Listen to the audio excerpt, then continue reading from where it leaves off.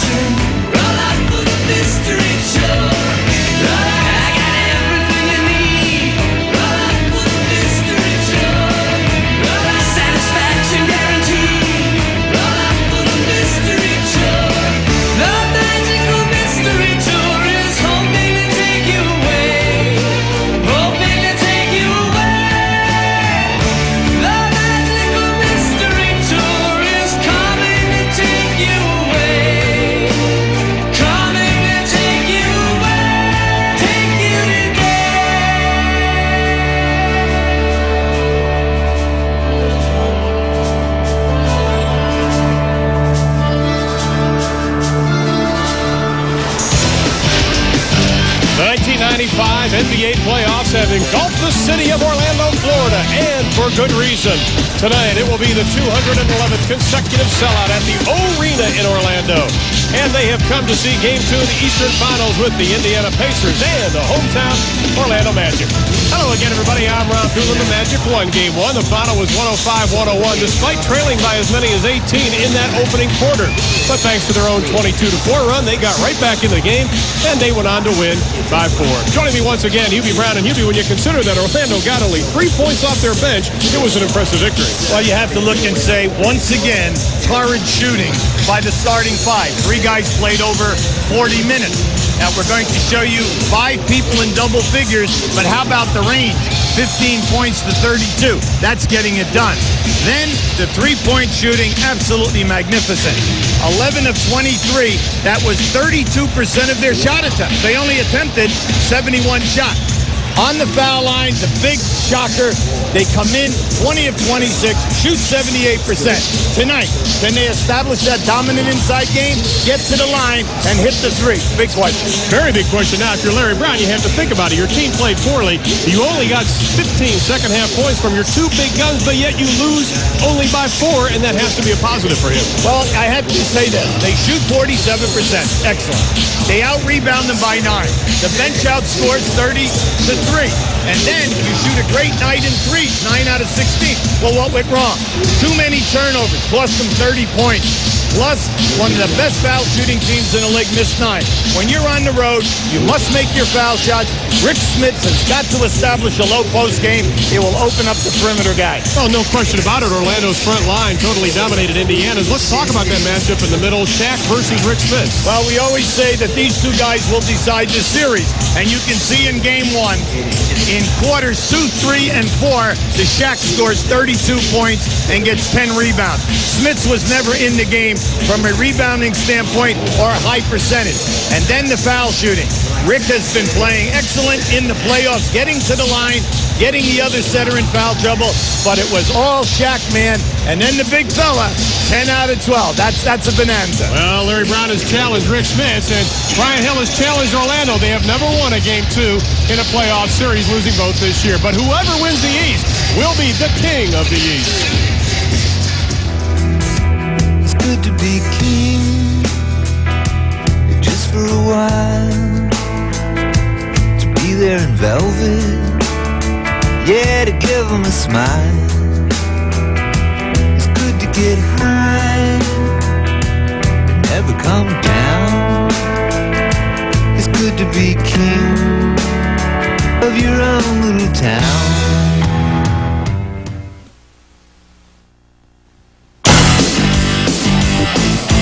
The NBA playoffs on TNT are brought to you by Beechwood Aged Budweiser. For a taste you'll find in no other beer at any price. This Bud's for you. And by AT&T.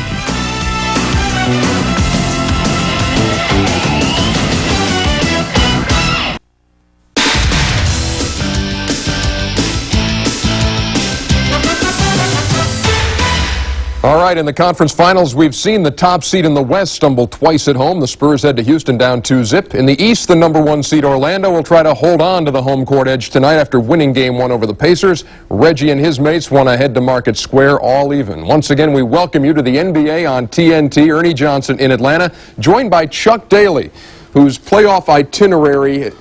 Let me show you his playoff itinerary. Starting in Atlanta with the preview show, then to Orlando, and then to L.A., and then from L.A. to Boston, stop in Newark to change clothes. Then it's on to Houston and to San Antonio, back to L.A., back to San Antonio, back to L.A., and if that's not grueling enough, he's got to fit golf in at all of these places, and then it is back here to Atlanta, well, for golf and basketball, as we look at Indiana taking on Orlando. We don't have enough time for the game. Hey, it's great to have you with us tonight, big guy. Well, thank you. Thank you. Nice to be here. Yeah, let's take a look at this game. And Larry Brown, you know, he's talking about Rick Smits and Shaquille O'Neal and unfair treatment to the Dutch guy. You know what I say to him? I was just reading the excerpts, and I say, the officials don't read, forget it, Larry.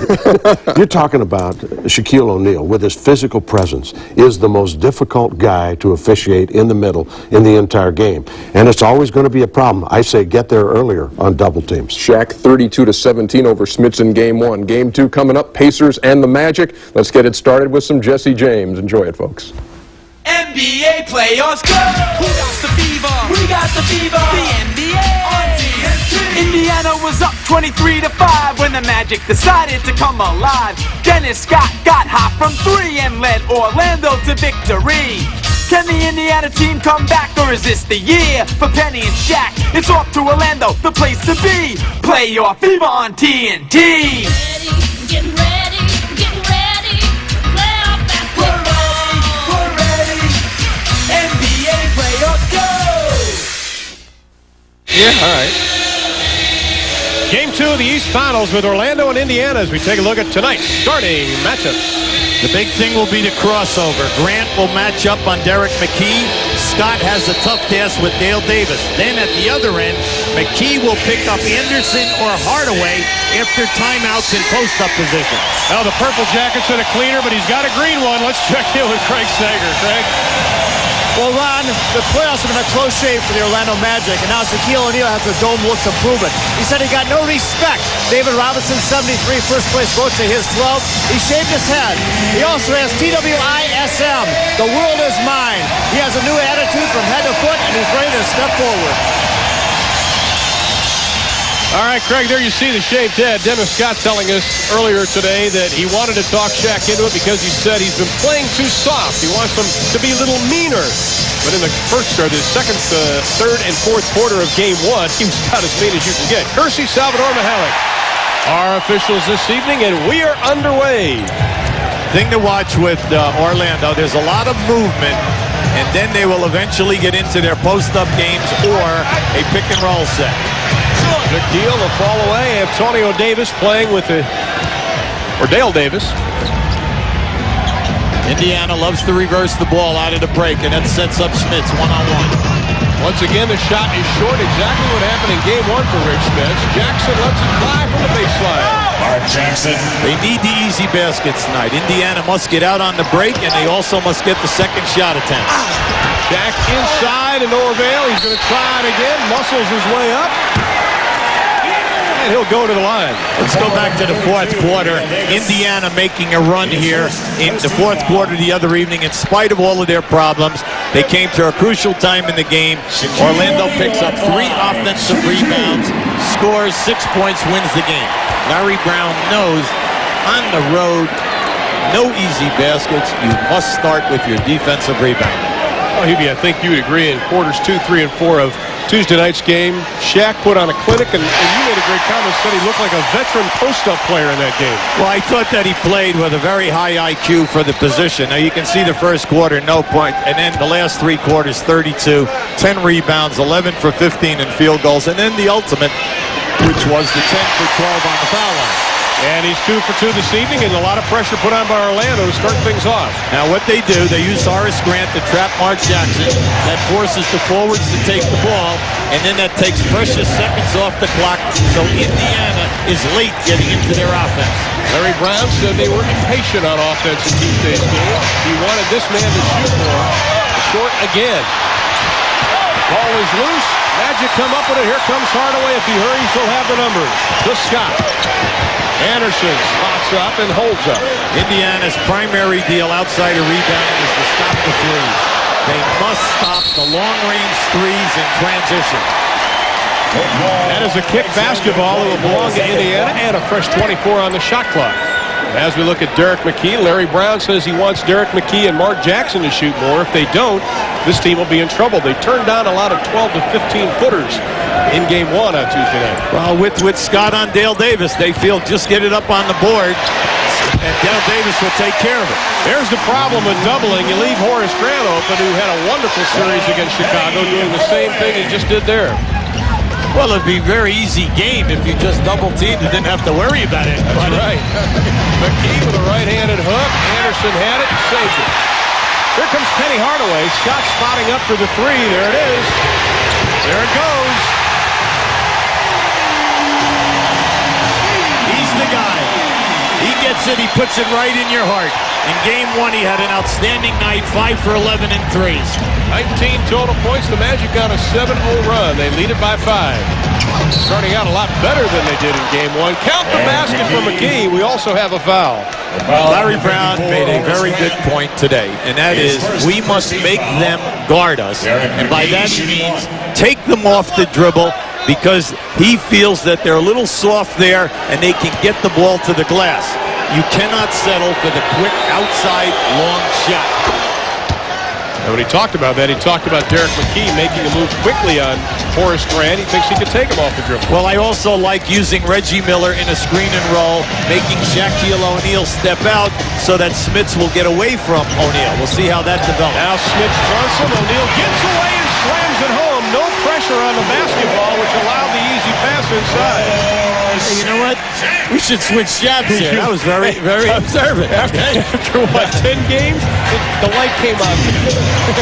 There you go. Smith with a right-handed hook. That's the guy we saw in the New York series that was shot over 60-some-odd% for 6 games. And he must establish that low post game and make the Shaq man play some defense. Hardaway didn't post up on Jackson much in that first game. He is now. Grant. 3 seconds. Nope, 3 seconds in the lane on Orlando. Now, just keep an eye on the big fella. Now, once he goes in the post, see, Smits fronted him, but he lost contact. Anytime you front, you've still got to get back into the guy's chest. You do not have to have a space. If you have a space, well, then if the pass is perfect, you're out of luck.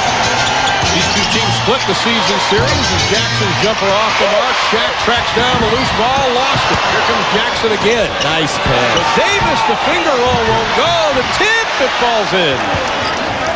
We have to bring up Dale Davis is still not cured. He needs major surgery on that right shoulder. I was surprised that he went with the right hand in traffic.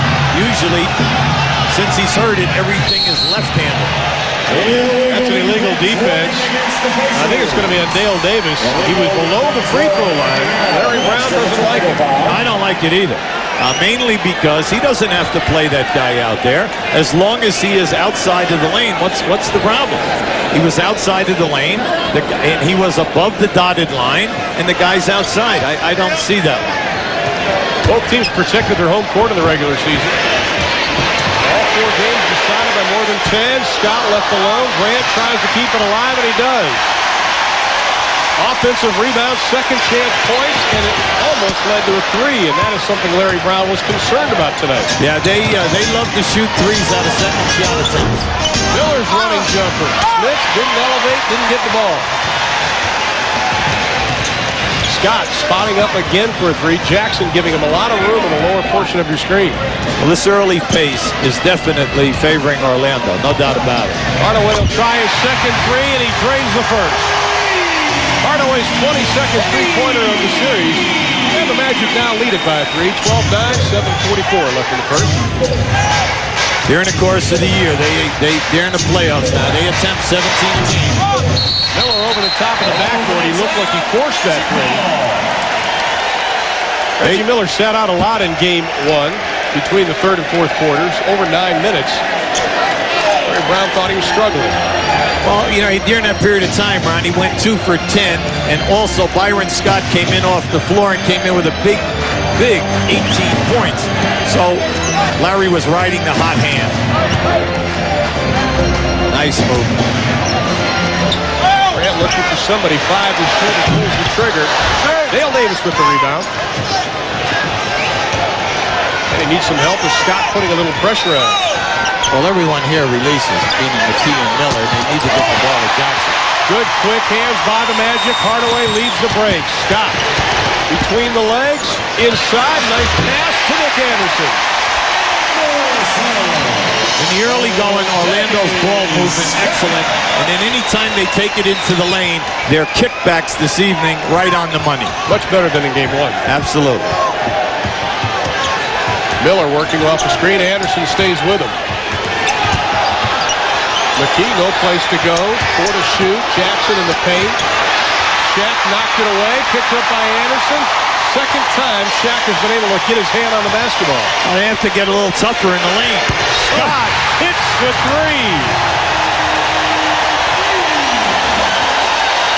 Hey, on the stand-up tonight, did I question that they could make 11 for 23?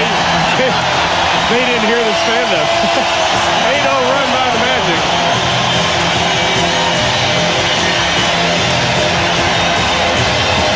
.6:13 left in the first. Magic by 8. The NBA playoffs on TNT tomorrow. Down 2 games, MVP David Robinson leads his Spurs into Rocket Country.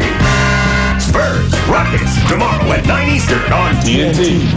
Airlines, the airline that gives you more airline for your money now brings you more Magic. We'd like to show you what's happening with the stripping of the Indiana power game. Now on this pass inside to Smits, as he makes his move, you can see he was stripped immediately. Now when Orlando comes at you, not only do you have to protect against the drive, but you see you got to run out on these people for threes. This is a beautiful drop-down pass to Anderson in a strong move. Once again, out in the open floor, there is Scott taking a 3. That is his second that he has made. They are 3 for 6 in threes already in this game. Indiana's only 3-pointer coming from Reggie Miller from way outside, and they find themselves down by 8, 17-9 as Tree Rollins is going to come in the basketball game for the Magic. And as we mentioned, only 3 bench points for Orlando in game 1. All of them came from the free throw line. Big issue for Larry Brown and his staff right now. Your team has got to get a little tougher physically off the dribble in the paint. Now, you've been stripped 3 times down in there right now that have cost you at the other end. Once again, the transition game of Orlando hurting you, exactly like in game 1. Davis posting up on Scott, puts the forearm in, puts the hand up, and Dennis Scott will be listening for the infraction. We said in game 1, the Davis boys must come in and hurt Scott. Scott cannot play these guys on the low post, but they cannot settle for jump shots. They've got to drop step him, take him in the lane, strong to the basket, because if he fouls, you get him out, he is their high percentage 3-point shooter. Now Scott keeping an eye on Davis as McKee dishes off to Jackson, launches the 3. Mark Jackson burying the 3-pointer, only his 7th of the playoff series. Well, he's looking for that. He looked for it in game 1. Now there's hand checking in the backcourt. Larry Brown's strategy in this is going to be press their point guard, Hardaway, down the floor. Hope that you take precious time off the clock, but right there, splitting it is not taking time off the clock. Anthony Hardaway all the way with the left hand, and that is his first 2 of the ball game. Quickly, Jackson the other way. Beautiful ball fake. Miller, and he drains the jumper. If you're going to pressure in the backcourt and use 2 guys on an out-of-bounds play, you cannot allow the guy to split you and then beat you down the floor. Big priority tonight, you can see, transition defense at both ends of the floor. Can they keep up the offensive pace for 48 minutes, and can they continue defensively to get back and match up? Anderson lets it fly from 3, doesn't get it, rebound, right back, second chance. Scott from the old NBA line. They'll have a 3rd chance. The rebounds off the threes invariably will rebound long. And tonight, Indiana too deep. The balls are going right over their head. 10 to shoot. They give Penny the open jumper, and he buries his second 3 of the ball game. Penny! 4 for 9 from the arc tonight. Game 1, 11 for 23 and 3. You know you got to hug these people. You cannot leave them uncontested, especially when you're there. You cannot go to look for a rotation because they're coming right back. He will launch the three. It'll be short. Grant takes it away from Smith. Scott backing in on Miller. He puts the forearm up. Well, he wants to take him because they're taking him at the other end. Rolls it around and down. Brian Hill said that Reggie Miller cannot cover Dennis Scott. He was right, at least on that play. The lead is 10, the biggest of the game. We are 10 seconds inside of 4 minutes of the first quarter. Davis buries the baseline. If he was healthy, he would be able to really manipulate and do a lot of things with Scott. But he's picking his spots. Also, Reggie Miller has been open time and time again, coming off the curl on the left side of the lane, and they have yet to hit him. Orlando had problems covering the pick and roll in game 1. Grant turns around, fires. Easy 2 for Horace Grant. He has 4 in the ball game. But I like we're seeing intelligent basketball. Mark Jackson was matched up with Horace Grant. They ran him right into the post them up, shoot over the top. Easy. Enters the timeout. 3:11 left to play in the first quarter. The Magic up by 10.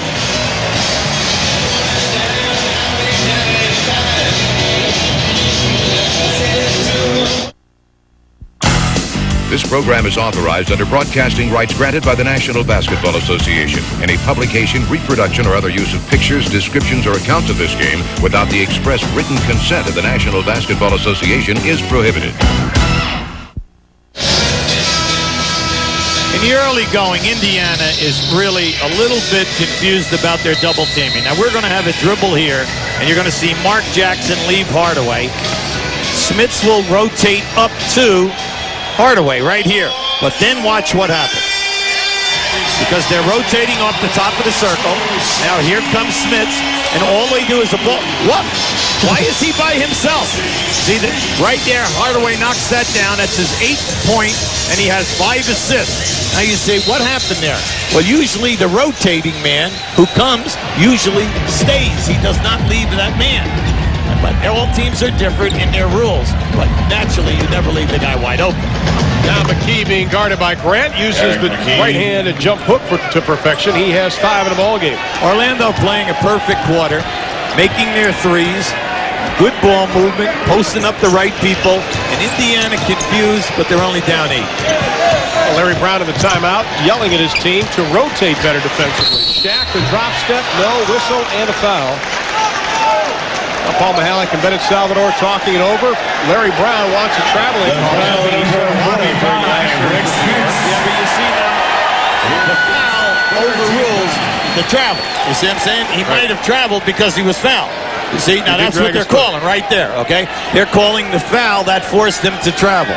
That takes priority. And it was on Smits. Orlando 56% already in the ballgame. Indiana at 50%. Both teams shooting very well so far. Jack, this time they're going to call it. Right now, Jess Kersey is in Larry Brown's face on the sideline. And Larry is hyper right now. He's come out strong, saying that his center is not getting respect in this matchup, and yet during the year they played even. 20 points each in the 4 games and 11 rebounds to 9. So he doesn't understand why his guys are getting respect. But right now, Jess has already told him, sit down. Smith with a right-handed hook, and he buries it. That's what they need. They need him to establish the inside game. McKee off the dribble. That will open up Reggie out on the perimeter. Well, what happened in game 1 is they got the second foul on Smits early, and Larry Brown took him out. Let's see if Orlando can do that again. As Dennis Scott keeps him away from that with his 3rd three of the ball game. He is averaging over 20 points a game the last 4 contests, all of which he has started. He's on fire. Smits in the paint, whistle, and a foul. I like that. That was a good move. All of his moves so far tonight have been to the right. Even when he's on the left side of the lane, he's coming to that. This is the first time now that he didn't hesitate. He came right into his left, and then he gets fouled. It depends upon who you wanted to make the call on because he got hit underneath. One thing he did do is he went to the goal, something that Larry Brown said he didn't do until late in the game. Well, he wants him to be aggressive as well as Derek McKee off the dribble. Now here we have Haywood Workman. They're looking for this guy to make a big contribution. Now last year in game 1, where Indiana upset Orlando in this building, he did a terrific job on Hardaway, had 7 steals. Well, they need that kind of defense from him. Jackson sits down. Dale Davis sits down as Antonio Davis and Workman come in. Brian Shaw also into the lineup. He is going to give Nick Anderson a little breather. Jack the big rebound. Spitz with 5 points, but the Pacers find themselves down by 8. Inside of 140 now in the first quarter. Larry Brown said, don't give Orlando cheap baskets. Here's the double by McKee. The jump stop by Shaq, and they're going to call it a travel. That was not called a travel Tuesday night. Well, I see they're calling the travel on the initial move. They're saying that he's lifting the pivot foot before the ball is leaving his hand. Now, that definitely was not a travel right there. Nope. That ball, you see what I'm saying? He made his step over, and then the ball is leaving his hand. As long as the ball leaves his hand, you can pick up your pivot foot. Antonio Davis throws it right into the hands of Penny Hardaway. Reggie on his backside. What a move, Hardaway! Count it! Reggie Miller is livid. What a spectacular move by Anthony Hardaway. Anytime, now watch this pass, there's no one there. Anytime a defender cuts you off, crossover or reverse dribble, because that will take him 180 degrees, and then now you step right through, you catch him on your back. That was a beautiful move by Penny. The best in this league at doing that is Charles Barkley. Out in the open floor, he's beautiful to watch.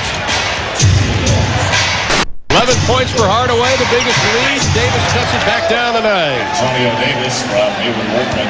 Antonio Davis, the second-year pro out of Utah, with his first 2 points of the ball game, and Orlando leads at 32-23. Final minute of the first quarter. They need him to come in and give him some help, because the other night he only had 5 points, 1 field goal. Oh, Workman pokes it away, but we have a whistle and a foul.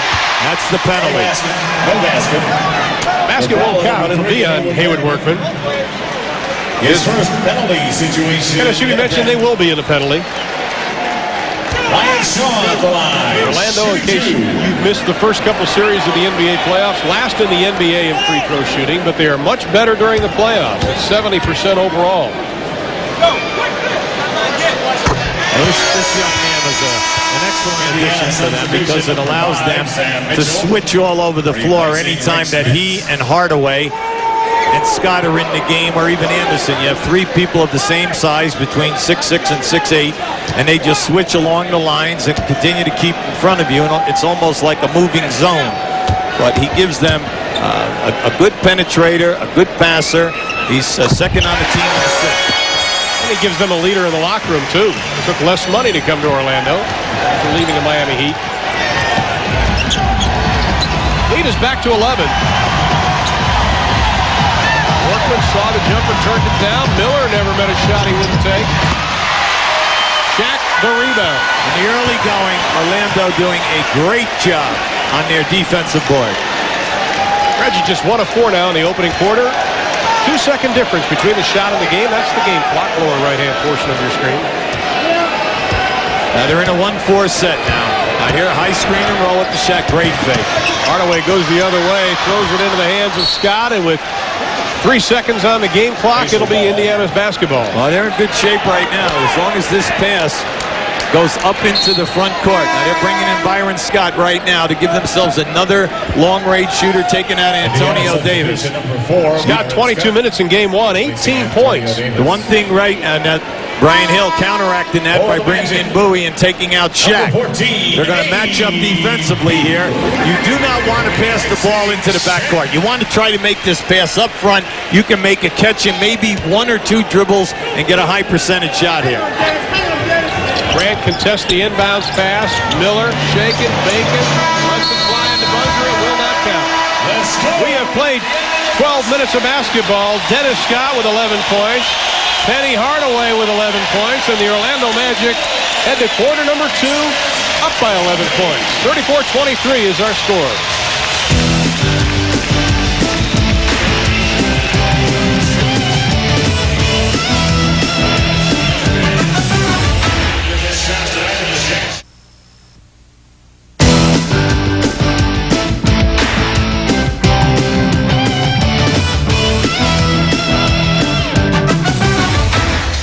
Epcot Center, part of the Magic Kingdom, but the Magic's kingdom has turned into the O-Rena, where tonight, if you're Indiana, you don't want to see Orlando get out on the break, Hubie, and that has been the case in the first quarter. Well, Orlando and fast breaks, 10 points in the first quarter. Indiana only 2. Then you look at the overall shooting, the three-point shooting. Look at that, 5 for 10, most of it coming in transition, and the rebounding in favor of Orlando. Hardaway with a very quiet, once again, big points and big assists. Well, Jeff Turner will begin the second quarter, as will Anthony Bowie for the Orlando Magic, and their whistle for their first illegal defense. Well, Sam Mitchell coming into the lineup for Indiana. The strategy tonight with Indiana is to bring Shaq Man up to guard the screener in the pick and roll wide. And the reason for that is he's stepping out, and that's opening up the roll guy to either roll or to spot up for an open shot. Larry Brown wanted to run a little more pick and rolls tonight. Now Bowie trying to chase Byron Scott around. Bowie known for his defense. There he's known for the foul. Nope, they're going to call it on Jeff Turner. 31, Jeff Turner. Turner on a per-minute basis in Game 1 had the most fouls per minute of anyone. Now keep an eye right there. Look at this. Bowie just knocked Scott out of bounds there. Now as he pulls himself around, you can see Bowie grabbed him by the shirt first. Listen, he was only fouled 6 times. And they called it on Jeff Turner, who had 5 fouls in just 11 minutes. He told me earlier today, he goes, I can do better than that. And at the line, it will be Byron Scott, 12th year out of Arizona State, who Larry Brown recruited when Larry was head coach at UCLA. He did such a good job recruiting him that Byron Scott went to Arizona State. Yeah, but if he would have stayed with Larry, he might have gotten into the finals. That's exactly right. Okay. Well, now they changed the foul. The official score just gave it to Anthony Bowie. Bowie definitely fell and knocked him out of bounds, for crying out loud. So, that's good. But, when you're second-line guys, you're really not worrying about the fouls because they're only going to play limited time. In the first game, Bowie with 3 minutes, Royal with 4, and Tree Rollins with 5. They did not rely on their bench very much. Byron Scott now 15 of 17 in the playoffs for 1995 from the line. Turner will bring it over the stripe. Whistle and a touch foul. It's going to be on Sam Mitchell. That'll be his first personal. That's a good call. No way are they going to allow you to put your hands on people. They didn't allow it in 82 regular season games. Why would they now? Here's Shaw working off a pick. The switch, McKee now picks him up.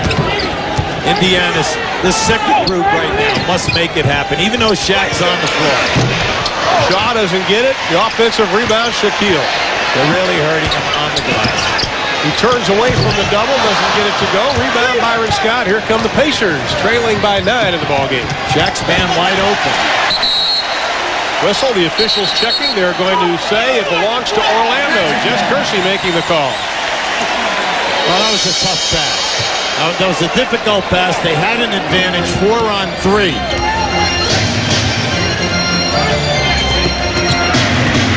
Right now, they're looking at screen. That is a high screen and roll, and then the Shaq is going to pin down over there. Turner for 3, doesn't get it. Shaq knocked out of the way. Here come the Pacers with the numbers. Mitchell, baseline jumper, nothing but the bottom of the net. In the game the other evening, Indiana's second unit ran much better than the first unit. They got out and made some things happen. Back inside. Count the basket. We have a whistle. Whenever you play Shaq, you cannot get caught on what we call the high side. You're not in front of him, and you're not behind him. When you get caught, watch how he gets caught on the high side. Shaq is so strong. See, it's over. Goodbye. So you're better off being in front to discourage the pass, or even in back, make him shoot over you, but not there. Because even if you hit him with a hammer, with a sledgehammer, he's taking you right to the rim. He's so strong. First miss tonight from the line, but Shaq does check in with 6 points already.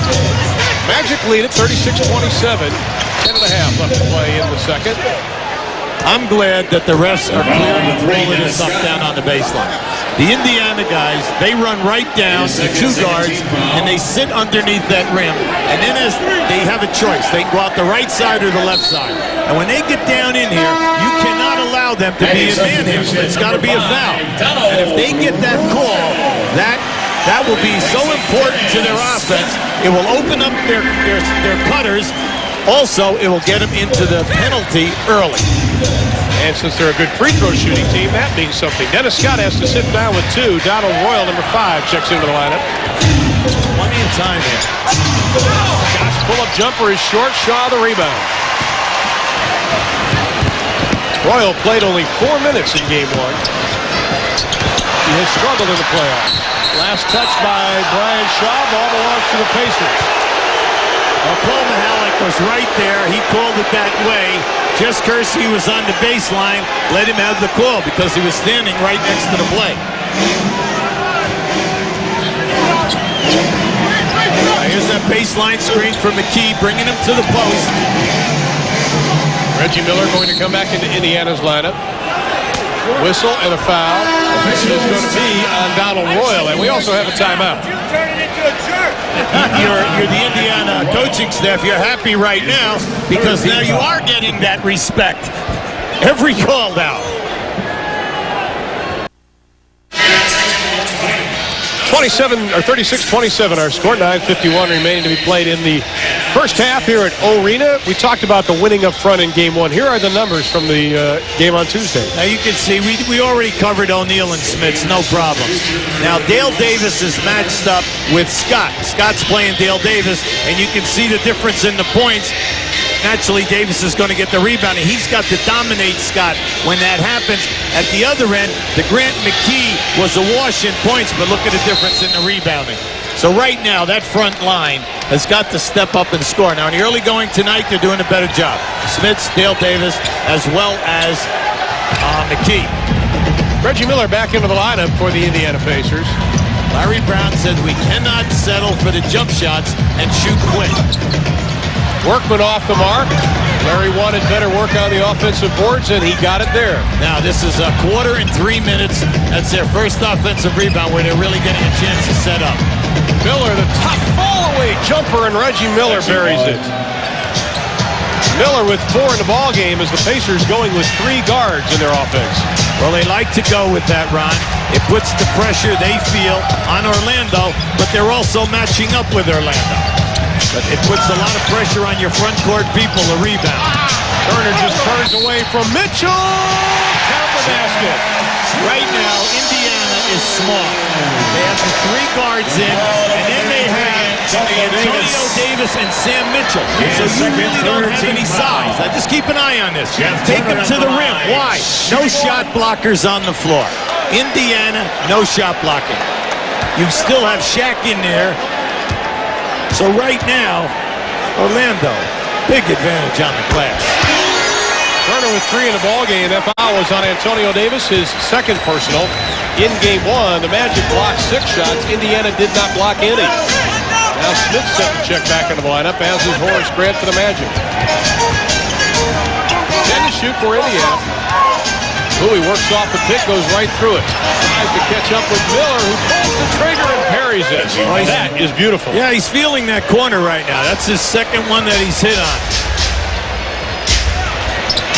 Oh, my goodness, have mercy. That's a play anytime that he feels that you're fronting him early, he will just reverse spin on you, and they throw that lob. Workman heads to the corner, has to back out. 7 to shoot. Antonio Davis in traffic. They're going to call a blocking foul on the Magic. Turner thought he had position. I thought he was late getting there, but he also got bumped from the opposite side. Shaquille O'Neal. His second 14th foul. Now keep an eye on Shaq in the middle. See, as soon as that guy, he just spins, catches you on his back, and a lob. Now, what are we saying here? You cannot play off of the ball with any distance when Shaq is in the game. And the reason is because that passer will hit him all night long. You've got to jam that dribbler, and when he ball pickups, you got to get in his face. Penny Hardaway, Horace Grant, Nick Anderson back in the lineup. The off-balance hook by Smits off the mark. Magic have the ball and the lead by 10 to Shaq running the court. Anderson, count it. Nice pass by Shaq. That is a 300-pound giant outrunning most of the Pacers. Now Anderson back on Miller, who splits the double team. Whistle, foul. It's going to be a trip. Shaq cannot believe it. Well, Reggie Miller, as he came off the screen and roll, as Shaq stepped out to either trap him or try to slow him down, Reggie just split them, and the baseline ref makes this call. As he steps through, they're calling with the leg. And that's already the 15th foul. You see Shaq's reaction, but it wasn't on him. It was on Nick Anderson, his first. So Indiana will be shooting the penalty as Tree Rollins comes in, and Shaq with 2 personal fouls will sit down. So they will have 7:33 shooting the penalty, and you mentioned it earlier, Hugh, that's exactly what they wanted. That's his token miss. Reggie 85% from the line during the playoffs, 90% during the regular season. In the playoffs, though, Reggie's been struggling. He's only shooting 44 from the field, 40 in threes, though. And then, like you said, the free point at the foul line is 85%. He's getting there 8 times a night. Well, working on Jackson. He's checked back in. No place to go. 10 to shoot, a lot of time. It's a clear out. That's going to be a foul on Reggie Miller. He put the forearm up, then he switched to the hand. Foul number 31, Reggie Miller. That'll be number 2 on Reggie. That's their 4th for the quarter. Reggie sits down, McKee comes back in. Derek McKee. Replacing Reggie Here Miller. you see it, Jess Kersey right on top of the play. Both teams using their bench a lot in this game. McKee puts up the hand, in and out for Nick Anderson.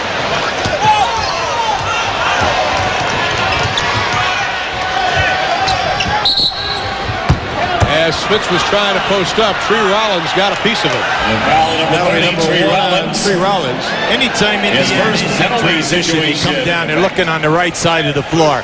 If that ball, if nothing is happening, they reverse it right back to the center or to the power forward, and they take it to the opposite side of the floor.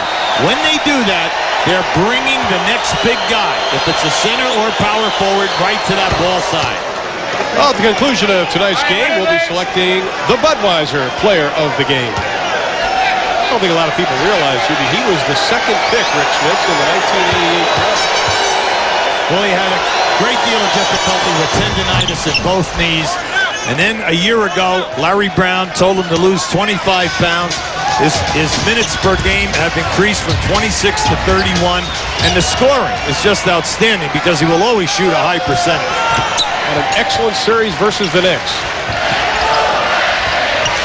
Magic lead it by 9, 6:45 left to play in the second. I like this. Anytime Mark Jackson gets on Grant, they go right into him. Hardaway from the arc, carries it, his 3rd three-pointer of the ball game. Oh, they have it going, don't they? Well, they do. They know where that arc is. What's nice about it is the inside people are not forcing things. They're taking the double team and going right back to the hot people. Nick Anderson slipped and fell. Byron Scott does not take advantage of it. Anderson holding his wrist. Rejected by Tree Rollins. Smits inside. Good dish to McKee. Rolls it over the rim. Make sure Nick Anderson's okay. He is trying to go sit on the bench. Yeah, he's heading right to the locker room. Yeah, he is. Yeah, he got hurt. Yep, going to the locker room. It's in his hand there, in the hand. Brian Hill immediately wanted that 22nd, and they taken him right to the locker room.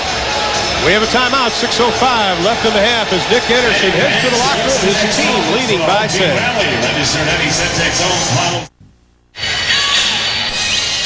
Keep an eye on Nick Anderson as he comes into the lane, and they have a collision with the ball. As he reaches right there, the right wrist bends itself back. Now we're going to give you another angle. Now as soon as that he comes in, he gets it right there. You can see the bending of the wrist. Then he hits into Mark Jackson, but he's got himself protected. They called timeout immediately looking for the 20 seconds. Let's check in with Craig Sager for an update on the injury. Craig? Well, on that play, you saw the blue wristband on the wrist of Nick Anderson. It's a recurring injury he's had all season. As soon as he heard it right there, he went in. He's going to have it retaped and says he should be back out. But it's a recurring injury that's bothered him all season. That's why he was wearing that wristband. All right, thank you, Craig. We've got 6:05 left to play in the first half. Magic lead it by 10. Indiana getting tougher on the boards here in the second quarter, 7-2. That is Donald Royal's favorite play.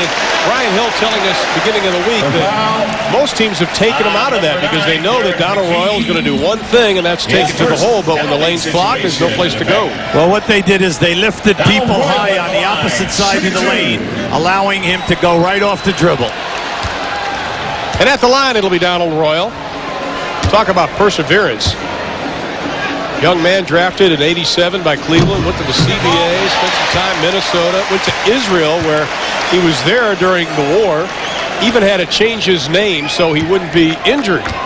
Changed his name, I think, to Akeem Olajuwon at one point.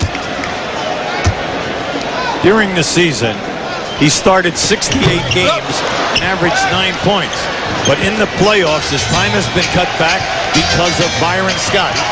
Nick Anderson just came back to the bench. Byron Scott, we tell you, averaging over 20 points a game now in his last 4 starts.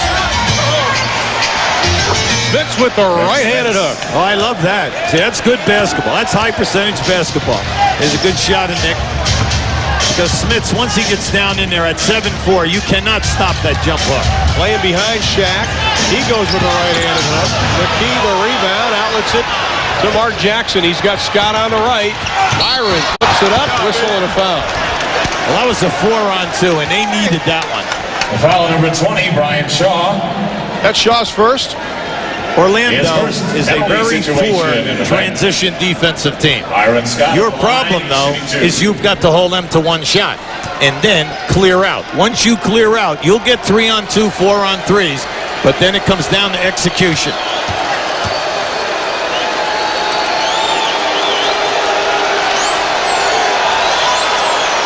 Well, we've had a wonderful run of NBA playoff games here on TNT, and we're going to wrap it up tomorrow night. It'll be San Antonio at Houston, 9 o'clock Eastern time. Check the time change. It'll be Bob Neal, Doug Collins, and Kevin Kiley as Doug Collins says goodbye to us.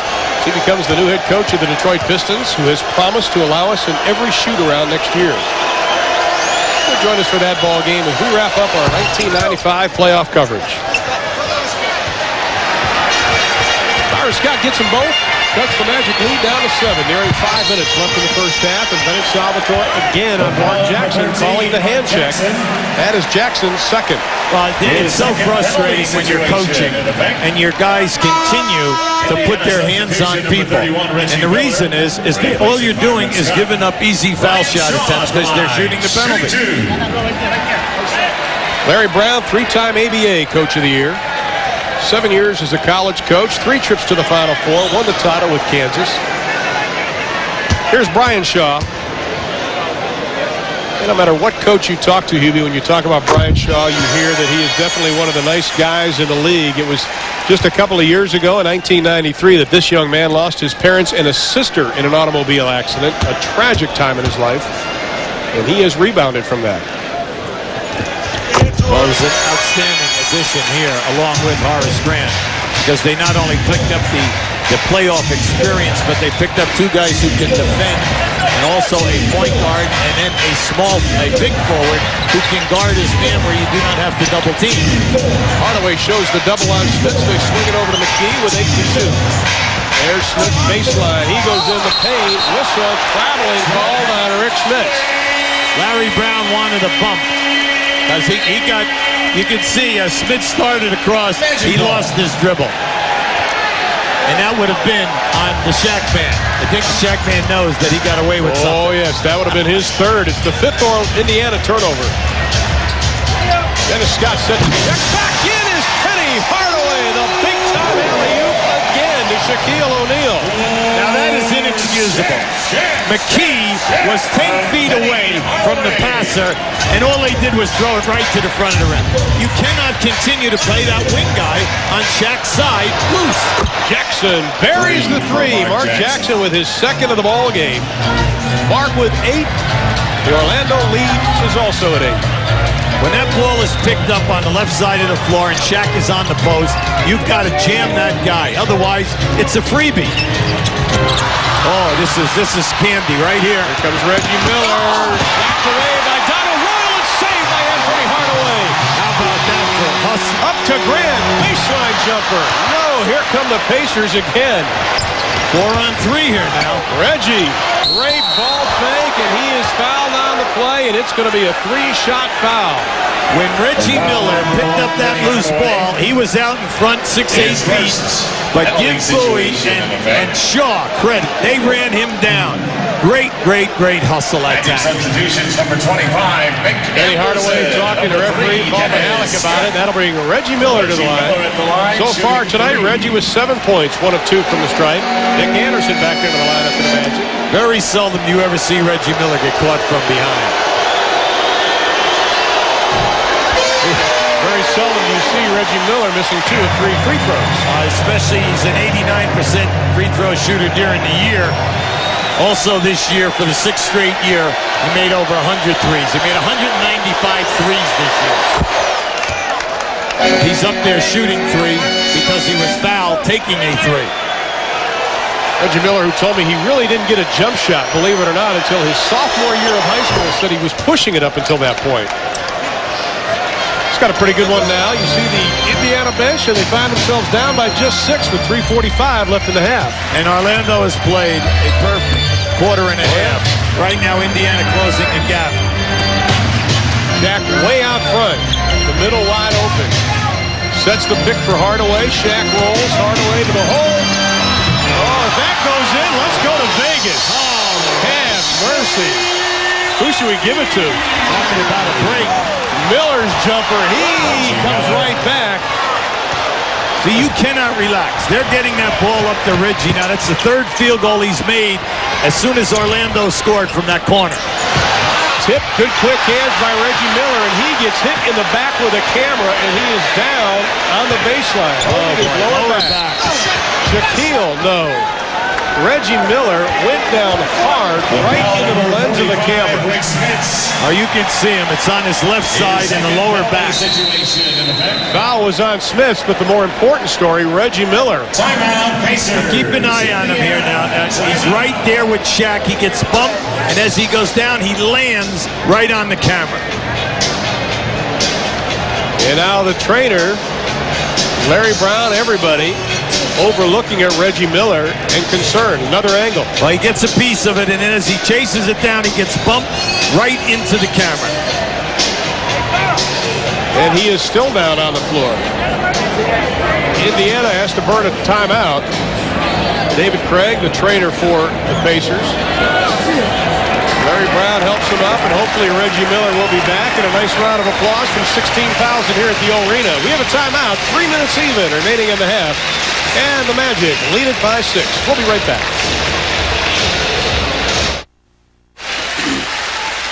We'd like to show you what's happening with the wing. Now, this ball was here. The ball was passed to this area. As the cutter comes through and sets the screen, Shaq is going to fake and then go right to the front of the rim. Well, if you are this far apart, well, this guy will make that uncontested pass with ease. And this is the 3rd one during this game. It's a bump, and it's over. Every time that ball is picked up on the wing, you must jam the passer because the Shaq is having a field day. Let's check in with Craig Sager, the update on Reggie Miller. Well, the word on the bench is he's got a bruised pelvis bone, and it is very painful, but the trainer says it'd be better off to continue to play now rather than go into the locker room because it may stiffen up. But he's in a lot of pain, as you can see, bending over, but it is nothing serious. It's just a deep bruise on his bone, and it's very painful. Well, thank goodness he's back in the ball game. As Shaq now just 2 of 4, but you can see trying to stretch it out. Orlando led by as many as 12, but Indiana has cut it to 6 on a 13-7 run the last 4 minutes. Get it out. If they just get out and push, it's there. Final 3 minutes of the first half. Orlando leading by 6. High screen and roll. You see where Shaq is? Now Smits is going to be open underneath. Being guarded by Grant, who gives up a lot of inches. Smits kicks it. They move it around to McKee for 3. An air ball. Grant all the way down court by himself. Nobody saw him. That was an air ball by 3 feet to the right. I think the wind caught it. Grant backing up on Jackson again. Yeah, well, once again, the switch. See, you switch. Horace Grant's going to take Jackson to the post. Oh, Scott. Reggie Miller may have gotten a little piece of that one on the 3. Davis tracks down the loose ball. 7 rebounds now for Dale Davis. McKee in the paint, uncontested, misses. Jackson to Smith. Shaq almost tipped it in. Rolled off Rick Smith's head. Ball will belong to Orlando. In this first half, some of the weirdest things have happened to Indiana, okay? Now that should have been an easy basket right there. They cannot get a loose ball. At the other end, that loose ball gets batted around and it goes up into the basket. They're losing anything that's bouncing on the floor. It's Orlando's half. They only trail by 6. Here's the double by McKee. It comes quick. Hardaway, one dribble, back to Anderson. He'll launch it from 3. He'll drain it from 3. The 7th three-pointer of the night for the Orlando Magic. Magic tonight, 7 of 16 from the arc. Give Orlando credit. They are making the extra pass time and again, and they're catching Indiana in the rotation. Jackson has to give it up. Antonio Davis short on the jumper. Shaq knocks down Jackson. Hardaway to Anderson. Got to be careful here. Right now the lead is gone up to 11. You have a minute to go. 5 straight points by the Orlando Magic. Staggered screen down inside for Miller to just switching out. Scott has to pick him up. McKee baseline. Ball's loose on the ground. Jack had it. We're going to jump it up. Good hustle by Dale Davis and Shaquille O'Neal. Coming up at halftime, we'll have the Reebok halftime report. Ernie Johnson is once again there, and he's joined by Chuck Daly. They'll have a recap of last night's Rockets-Spurs game, plus have first-half analysis of tonight's contest. That's all coming up on our Reebok halftime report. Haywood Workman back in. Mark Jackson's going to sit down. He took quite a shot from Shaquille O'Neal going for the loose ball. And guess who won that battle? Workman, the 4th-year pro out of Oral Roberts. One thing you do not want to have happen here now is that Shaq wins his tap and they throw long. Oh, Davis got up. Miller for 3. Reggie Miller buries it. That was 2 steps beyond the old arc. My goodness, his first 3 of the ball game. Reggie, 12 points in the quarter after only 2 in the opening 12 minutes. Well, Haywood Workman with the foul. That'll be number 2 on him. They posted Hardaway. Haywood Workman gave him a shot in the lower back. The referee was standing 3 feet away. 38.5 left in the half, and at the line it will be Penny Hardaway. Got his name from his grandmother. First team All-NBA, but I think a lot of people would have to agree that he's still a very young man as you look at the elite company he has joined in the first 2 years. Well, you can see that. I mean, we're talking impressive, but how about down here? Kareem in his 2nd year, Kuzi, George Gervin, okay? So you can see right there, that's, you're traveling with some pretty big names. And that young man still has room for improvement, which is scary, especially defense and maybe a little mental toughness. That shot goes down. Reggie Miller. That was really a hard shot because he came in from the side. He had no rim, no backboard to bank that shot in from. 3-point difference, shot in the game clock. Brian Hill yelling instructions. Penny looking over to see him. 7 to shoot for Orlando. Anderson had Workman posted up. Hardaway with 2 to shoot. 1 to shoot. Scott lets it fly. He carries the 3. His 4th of the half. I know we've said it a number of times. Their passing in this first half is outstanding. Indiana, Workman lets it go.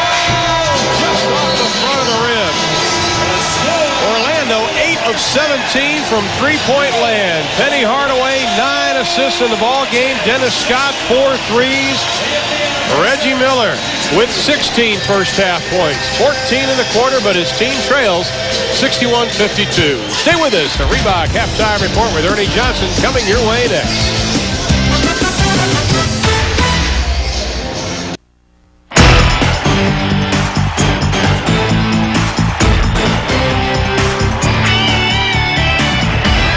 The Reebok Halftime Report is brought to you by Reebok. Once again, the Orlando Magic getting a balanced attack, and they lead Indiana 61-52 after 24 minutes in Game 2 of the Eastern Conference Finals. Ernie Johnson in Atlanta with the Reebok Halftime Report, joined tonight and for the last 2 nights of our NBA playoff coverage here on TNT by Chuck Daly. Your thoughts on the first 24 minutes, Coach? Well, first of all, the threes are dynamite for Orlando. They're passing out of the double team. They've hit 8 of them, and really that's the difference in the game. But Indiana does not look like they're playing very emotional. I think coming off the New York series, they went home, unpacked, changed clothes, got in a plane, went to Orlando. I think they believe they can go home and win anytime they want to. Right now it is a 9-point game. Let's take a look at, we talk about Shaquille O'Neal. Having a pretty good night, 12 points offensively, but defensively really a factor tonight. Yeah, let's take a look right here. You're going to see an early pick and roll right there. There's the pick and roll, and Reggie's going to come off. Now we're going to see Shaquille, hold it right there. Shaquille's going into a double team, but now he's coming out of the double team. They swing it to the corner. They try to get in the seam, and here comes Shaquille again, stepping up, stopping the dribbler. They kick it cross court. Now they try to get in the seam again. Now you're going to see Horace Grant come up and help the defense. But it's not over for Shaquille. Look here. They try to go up for a shot, and here's Shaquille stepping up right here. Slaps it away. Orlando ball. The defensive hat trick for Shaq that trip. Now, Rick Smith's trying to get something going. We talked about Larry Brown complaining about calls and that kind of thing, but pretty free on this one. Well, Derek McKee sets a very good pick right here on Shaq. And we see Smith's coming off on the baseline. His hands are up. He knows he's open right now. When he catches the ball, which he does right here, he's got great post-up position. Ball comes in. Now we're going to see Hardaway come from the top on a double team, but it's too late. Smith is going to turn to his left shoulder. Soft jump hook. He's very patented at that shot. Yeah, the talents of Rick Smith's undiscovered for a couple of seasons, but everybody knows about him now. It is a 61-52 game at the half. Orlando with the lead. Reggie Miller leads all scorers with 16. Penny Hardaway and Dennis Scott with 14 apiece for the Magic. And when we come back, a dream sequence. Akeem at his best next.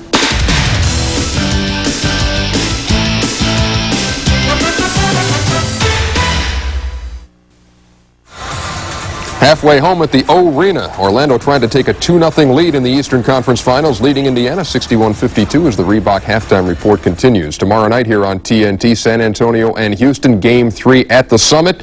Man, what a series it has been for Akeem Olajuwon. What a playoffs it has been for Akeem Olajuwon. Chuck Daly scoring better than 32 a night, leads all playoff scorers at 41 last night. 14 playoff games, 9 of them at least 30 points. The guy just keeps getting better, doesn't he? He got revitalized somewhere down the line. I don't know if he's eating from the same cup or a bowl that Drexler is, but he feels real good about himself, that team. You know, they lost Vern Maxwell. Sometimes you add by subtracting.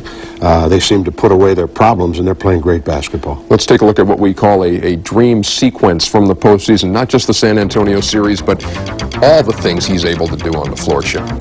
Those spinning moves are different, I think, than anybody else's in the league, particularly the big guys. He's so quick. Talk about a ballet dancer in short pants. You've got him right here. And, of course, he can also hit the outside jumper. You've got to respect that, and then he'll take you inside. Look at this.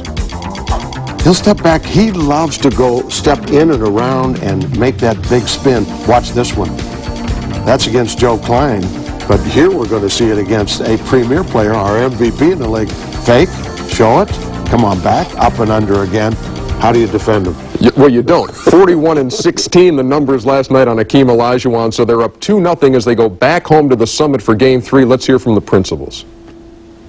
That's going to be a test for our character, which has been superb. I think our guys, we're fortunate that we have the experience of being on the other side, and we know what can happen. And our motto right now is to stay humble and stay hungry. Quite honestly, this is the first time this team has faced any type of team adversity. We've had individuals go off here and there, but this is the first time the team has been in an adverse situation, and now it's up to us to find out how we're going to answer it. We're going to really see what we made of when we come back from the different things that's going on off the court and the stuff that's going in with the team. I think our team chemistry and attitude is really going to show, and that's why we're going to have some success in this series. This is the NBA, you know. It's a league for men and professionals, and when you're faced with adversity, then, you know, if you've got guys that can handle it and deal with it, then you'll move on. If you don't, it'll kill you. Chuck Daly, how much trouble are the Spurs in right now?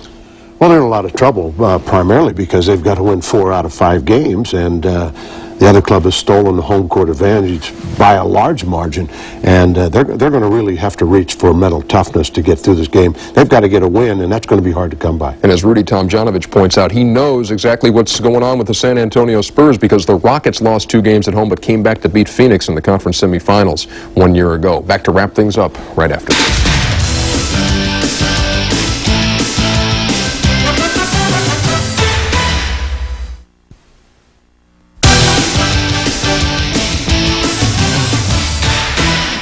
And welcome back to our Atlanta studios. It's a 61-52 Orlando lead over Indiana after 24 minutes. Remember, later tonight, it's Inside the NBA. Tim Brando and Dick Versace will be with you.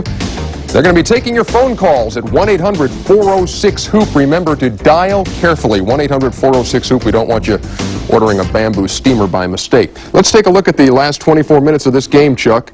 Orlando dominated the third quarter in Game 1 on their way to that victory. What do you look for here? Well, Orlando's going to be tough to deter because I think they're feeling so confident. But I think Indiana has to establish an inside game and start going inside, outside a little bit more.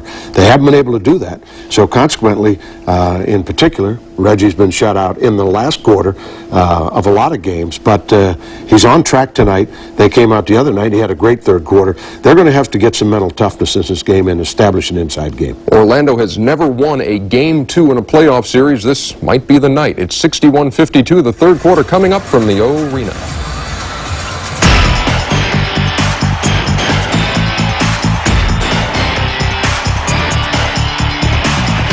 The Reebok Halftime Report has been brought to you by Reebok.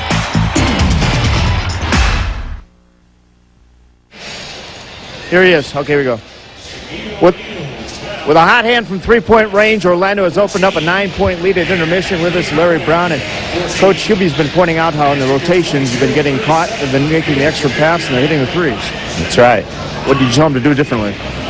Not get caught in the rotation. I don't know what you can do about it. I think we're trying. We're running by shooters, which I think is a big problem. You know, we got to stay in front of guys when we run at them and hope that they don't make them all. But, you know, big problem is they're shooting the heck out of the ball. If they're shooting outside and Shaquille's such a force inside, maybe you ought to sit where I am and give me some help. He might. Thanks a lot, Coach. I doubt it, Larry, but his team, Larry Brown's team, shooting 51%. That's not too shabby. The front court, Orlando winning at 30-20. But, Coach, what do? I mean, you are getting beat on those threes. No, well, they're doing everything that they can possibly do. You have to double-team Shaq, but it depends upon where you want to double-team him from. Now, the first effort is great. They're getting the first pass, but then Orlando isn't satisfied. They're not forcing the first shot unless the guy's wide open. They're beating him now off the dribble, then back out. And that's what you got to give them credit for. The unselfish second and third passes in that first half. God, they've made 8. They're shooting 59.5, and we question that at the top. By the quarter, you can see that once boards, except for one thing, they're behind in the game. Now, it's nice to see that Smits is at least coming up with some points, but he's got to become a bigger force in the rebounding department. The second shots really hurt Indiana in that first half. Orlando's biggest lead was 12. Pacers cut it to 6 3 different times in the half, but then Orlando opened it up again. Now, this was the quarter in Game 1 that was the Achilles heel for the Pacers. As you see the bench points, tonight 8 for both teams. That's a plus for Orlando, a negative for Indiana. But the third quarter really hurt the Pacers on Tuesday night. They need to come out with a fire that they had in that first half. They just had two guys playing Smiths without the ball. Grant as well as Shaquille O'Neal. Now, you cannot do that. In high school and college, yes, you can. In the pros, you only can double team a guy in the post when he catches the pass.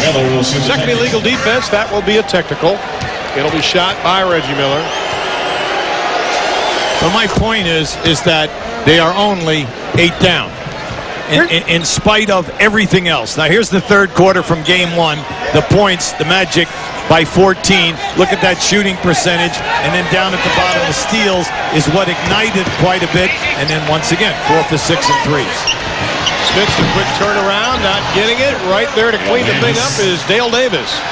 Well, Dale Davis is show that when Scott is on him, that he can continue to get on the offensive board. Now tonight he has 9 rebounds and 6 points. Nick Anderson sneaks behind the defense, and Anderson with 11 points. He caught Derek McKee looking the other way and just beat him to the rim. Magic already with 4 players in double figures. The quick shot by Reggie Miller off the back of the iron. Anderson with the basketball. Orlando, the highest scoring team in the NBA. The last club to lead the NBA in scoring and win the NBA title was 74-75 Golden State. Oh, alley-oop again of Shaquille O'Neal. Remember, like he told you, you cannot front a guy in the post unless you jam the passer. The passer will pick out that pass 9 out of 10 times. Scott has had one, Shaw's had one, Anthony Hardaway's had the alley-oop. They were number 1 in assists in the NBA, the Magic. Jackson baseline has it slapped away. 3 on the shot clock. Indiana has it. We're going to show you the pass down and see the distance between the defender and the passer. Well, you can make that pass. On the ball pickup, you have got to jam that guy. Only 3 to shoot. McKee will trigger the inbounds pass.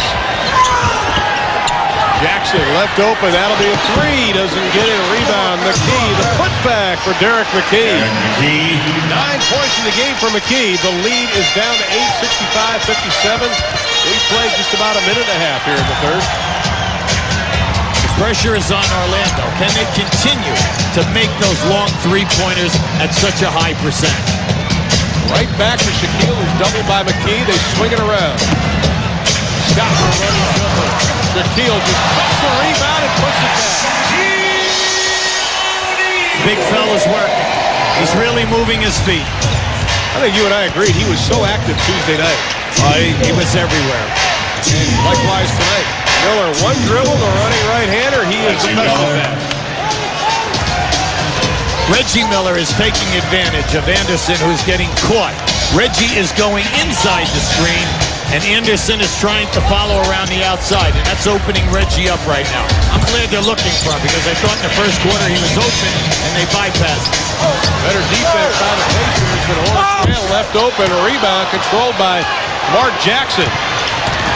All the way to the hole. Jackson can't get it. Rebound Anderson. Outlet to Hardaway. Shaq is cherry picking. Hustle in, Shaq.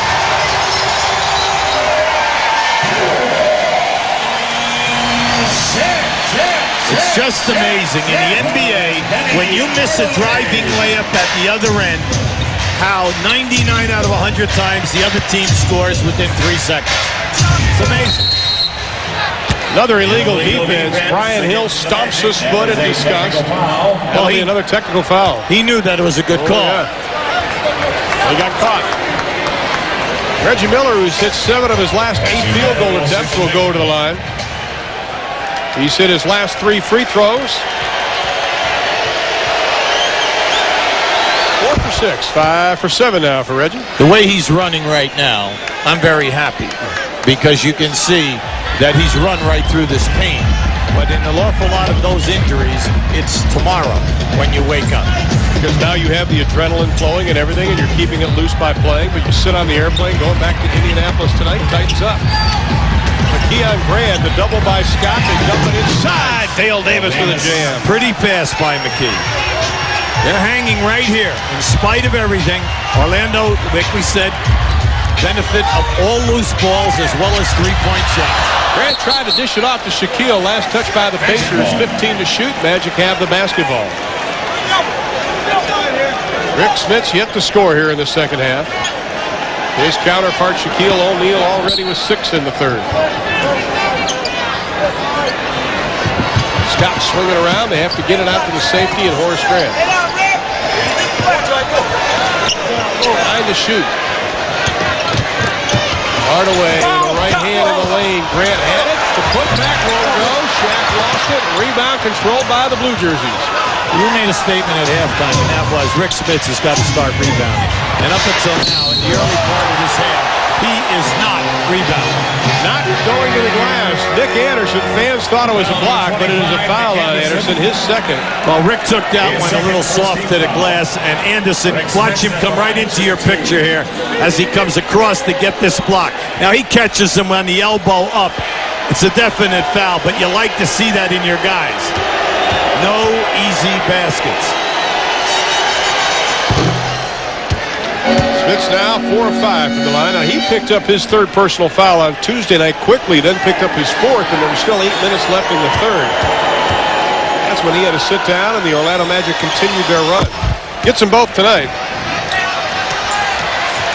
And the lead is just 5. We have played 4 minutes here in the third quarter. A 5-0 run by the Pacers. The Pacers, they have not stopped. Just like Larry said, they're giving a tremendous amount of energy in what they're doing. Shaq, the double comes over, but he spins right into it and drops 2 down. Well, he looks good again tonight. This is nothing more than an extension of quarters 2, 3, and 4 from game 1. He's showing it to you all. He's giving you every move. And that was Anderson right there, shot that passing lane. And he needed it because Reggie had already drifted. And if he makes a catch, now watch, see, Reggie catches him by going over the top.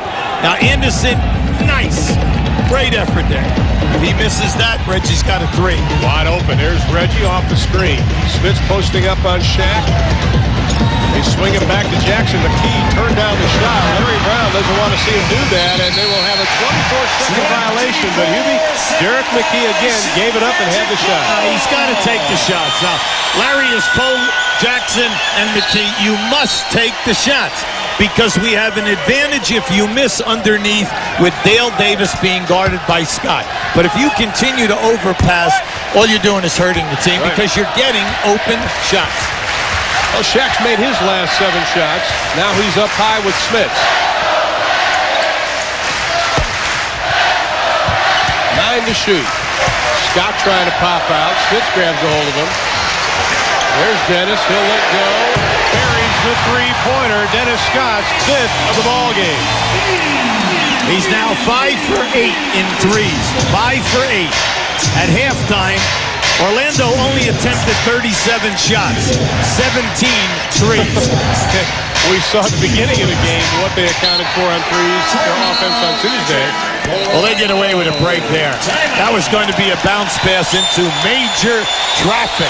Major white jerseys, and we have a timeout. 6:44 left in the third. Orlando back up.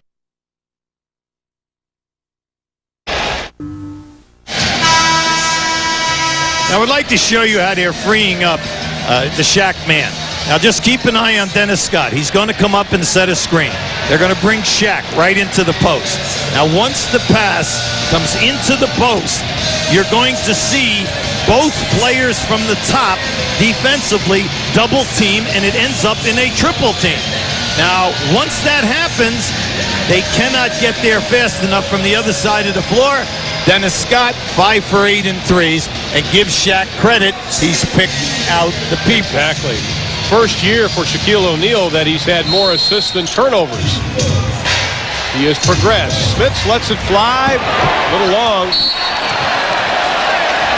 Davis stepped on the out-of-bounds line, and it belonged to the Magic. Orlando, one of 2 teams to shoot better than 50% during the regular season. Utah was number 1, Orlando was 2, and tonight, better than that, 60% for the game for the Magic. Up until this point, Indiana is catching nothing but bad luck on every loose ball. Now, once again, they catch Mark Jackson, Penny Hardaway on a crossover, Jackson with the hand check, foul. Orlando limited Indiana to no offensive rebounds second half game 1. Now Hardaway backing down on Jackson. Grant left open. Rebound, Nick Anderson, offensive foul. Loose ball foul on Nick Anderson. That is his foul number 25. Nick Anderson is saying that he got pulled.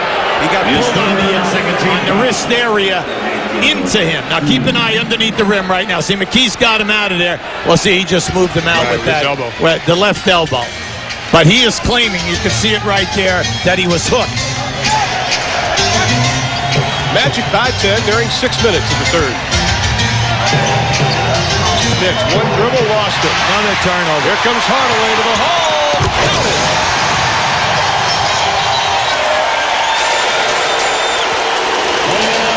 Orlando has caused Rick Smits to turn the ball over in that lane area now. That's his third turnover, trying to dribble into the paint.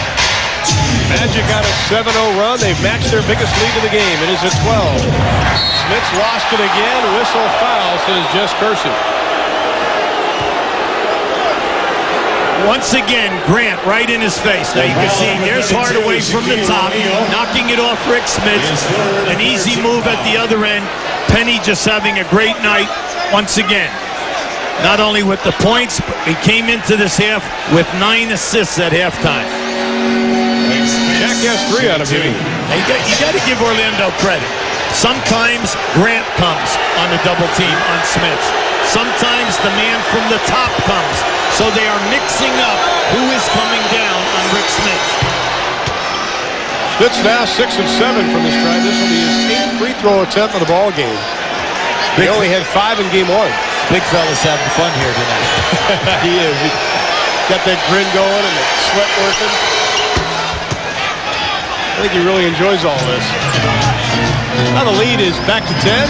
5:40 left to play. Up until now, it's been impressive because they have not been able to put him away. As well as they're playing and getting every loose ball, they still have not been able to put him away big time. Jack inside. Oh, my goodness. That is 7'1", 301 pounds with a reverse. That was just beautiful. How about the pass? It's just a great pass. They get Smits trying to rotate back. That's just a hard foul, but how about that?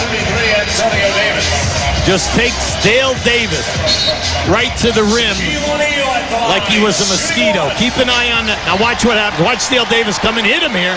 He just comes up on the other side. Doesn't even budge him.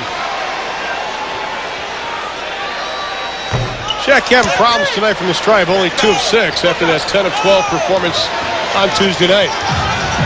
But the Magic lead it by 12 inside of 5.5. Now with Scott into the lineup. With Scott and Miller in there with Haywood, Workman, and the Davis boys. Reggie with 3. Reggie Miller, second three-pointer of the ball game. He's having a great half. I mean, he had 16 at halftime, but he's having a terrific second half. 23 already for Miller. Anderson a couple of dribbles to Grant, who uses the left hand to push Antonio Davis out of the way. Tonight, their perimeter passing is excellent, getting threes, but their interior, in the lane, passing in traffic, excellent. Miller now being guarded by Anderson, switched over to Shaq. Silly foul, Shaquille O'Neal reaching around Reggie Miller. And that'll be his 4th personal foul. Now that's 4th on the team. Keep an eye on Reggie on the base. Now watch as he comes up here now. Takes advantage of the screen because he knows it's Shaq. He's going to try to take Shaq every time, or the center. Anytime that they step out on him, Reggie is looking to take him off the dribble. Anthony Abed checks in, number 00, only his 5th playoff game appearance. He's only averaging about 1 point a game. And Brian Hill's forced to do something he really doesn't want to do, is play Horace Grant and Anthony Abed together. Well, that's what he said today. Now, right now, Indiana must make their run.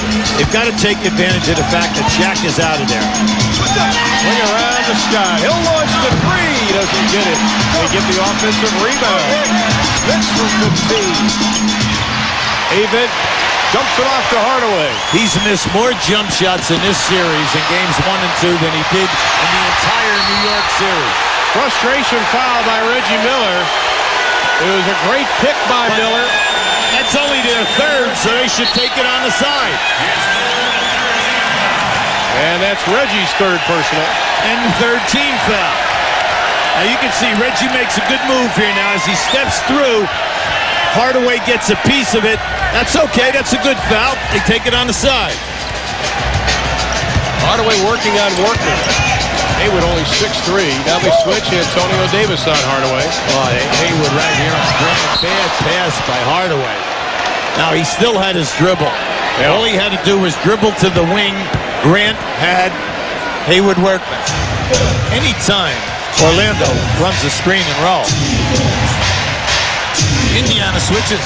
The point guard is on the big guy every time. Every time. Scott to the right side. It won't go, but we have a foul, and it will be on Davis. His first personal. His first penalty situation. And we're already in the penalty. We have 3:42 left to play in the third.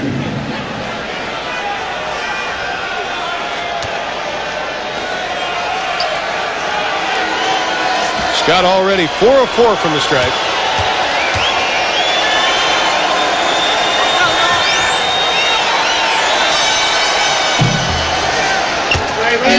Just a reminder, tomorrow night at 9 o'clock Eastern Time, join Bob Neal, Doug Collins, and Kevin Conley for the Spurs and the Rockets, with Houston leading 2-0. That'll all get underway tomorrow night at 9 o'clock Eastern Time on TNT. But what about Akeem Olajuwon last night? You do that? Oh, that was spectacular. Yes, it was. And Drexler played terrific, and Horry was outstanding. But then the rest of the guys, the role guys, did everything right. Got to give them a lot of credit. Playing with great spirit, hustle. Rudy T and his staff doing an excellent job. They head to the Summit tomorrow night, 9 o'clock on TNT. Scott being guarded by Scott. And that'll be an illegal defense. You like that strategy. Brian Hill and his staff said today they felt that Scott could post up either Miller or Byron Scott. And you could see right there, that was smart. He just held on to the ball, and then they catch Rick Smits because his man is up above the top of the circle. He's in on the dotted line area, and you could see they caught them. Rick didn't look like he knew where he was supposed to be as Scott misses the technical foul. Yeah, but we know that Scott, really not a good foul shooter. During the course of the year, Scott in the low 70s. For his career, he's basically a 60% guy. Now this big advantage here. Byron Scott off the jumper, tracks down his own loose ball, but can't get the handle on it. And we'll go the other way with the Magic leading by 9, 3:15 left in the third. You don't mind a guard taking that shot in a 4-on-3 as long as he makes it. But when your center is running down the middle of the floor with a small guy on him, that ball's got to go inside if you miss that jump shot. Because you're going to hear about it when you walk over to the other side. That's right. 9 to shoot. Hardaway, forearm by Workman. 5 on the shot clock. Hardaway doesn't get the circus move, but we have the whistle and the foul. Timeout. Anytime that you're in the playoffs and you really don't have any shot blocking ability, there's no intimidation in the lane. So people who are coming off the dribble are just going to attack you at will. Orlando leads it by 9, 80-71 with 2:54 left in the third. Here's a movie premiere that's coming next month from the network that brought you Geronimo, the story of the warrior who fought to unite the tribes into an unstoppable army. Be the first to see Tecumseh when it premieres the first Sunday in June right here on TNT. Now that foul was on Davis. That was his second, or the foul was on Smith, I should say. That is his third personal foul. Magic will go to the line. They have missed their last 7 free throw attempts. Reggie Miller pleading his case to Paul Mihalik as Penny Hardaway heads to the stripe. He's only 1 of 3 tonight, but he already has 16 points for Hardaway. Penny Hardaway at the line, shooting 2. Plus 12 assists. Well, he's having an excellent playoff in this round in regards to not only the points, but the high shooting percentage and the assists. And during the course of the year, he averaged 21 points. He shot 51%. He shot 35 in threes. He was 77% on the line. So he really had a nice year, but he still has room to really grow. Oh, yes. Davis, the big step in the paint. Count the basket. We also have the foul. A inside, he thought it was a charge. He thought that Antonio Davis put his... Now just watch as he comes into Avan. See right there, that's what they wanted. They wanted an offensive foul right now.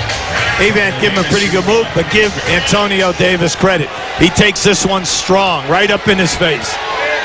Davis, who bruised a joint, one of his fingers on his shooting, wasn't hurting him before the game, but after Tuesday's game, they thought the hand was broken, even underwent x-rays, only to come out negative.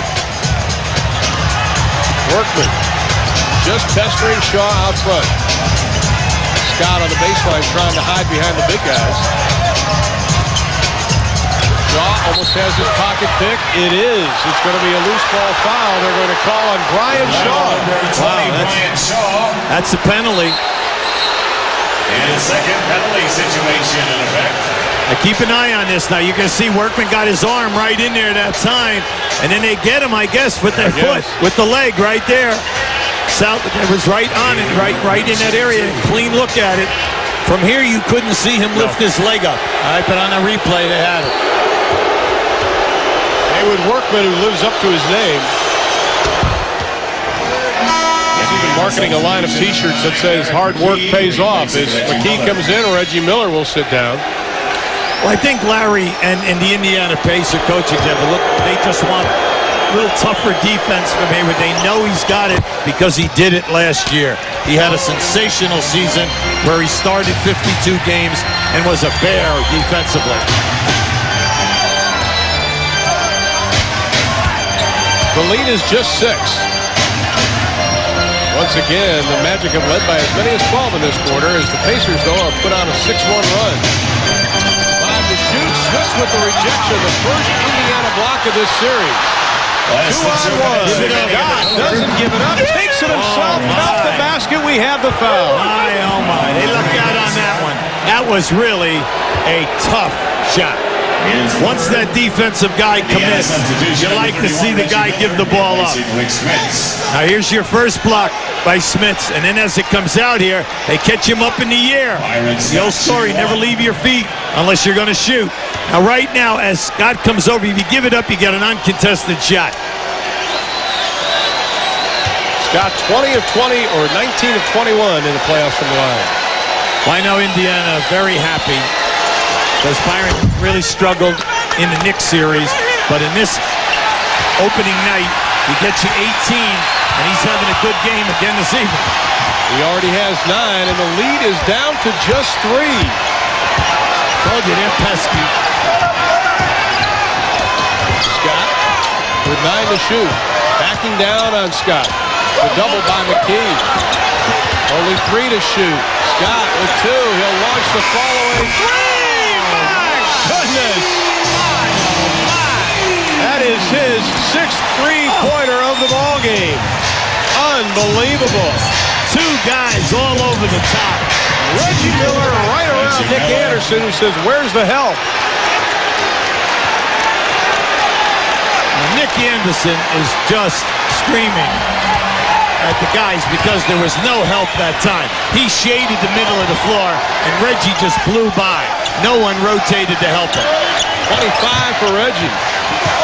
Good trap that time by Haywood. Scott lets it fly again. His 7th three-pointer. You just cannot allow this guy to be open on the rotation. He's 7 for 10 in threes. That last one, though, was acrobatic. Antonio Davis inside. Horace Grant may have gotten a piece of it. He comes up with a loose ball. And quickly, the lead is back to 7. The Magic have a chance to push it further. The difference in the game are the made threes. Oh, yeah, that was a shot. Aben, and then Shaw hits the 2. Tell you what, Haywood Workman got popped that time by the screener. Anthony Aben put him down. But see, the referees, if they think it's a flop, they're not calling it. Right. If they did not get a good look at that. Final 10 seconds of the third, and it has been a dandy. Miller, Anderson up in the air for 3. My goodness, you'll love that. How about that fake and step under? And that will not count even if it goes in. 1 3-point barrage. Reggie Miller with a couple.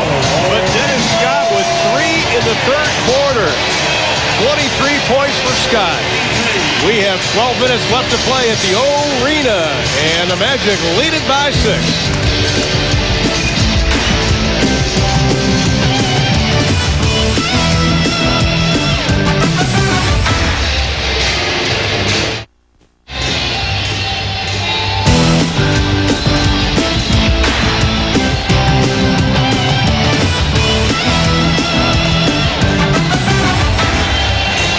It's an arithmetic progression of threes, and after 3 quarters, it's the Magic 89, the Pacers 83. With me, Hubert Davis of the Knicks.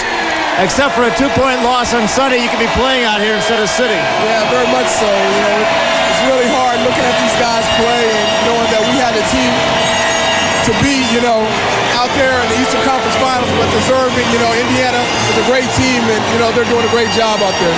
You know how tough Indiana can be down the stretch. Do they have a shot here? Yeah, they very much so. They just want to stay in the game, and hopefully Scott and Reggie can get hot in the later in the fourth quarter. So it looks pretty good right now. Thanks a lot. Back to you, Ron. All right, Craig. Dennis Scott, 7 3-pointers in the game.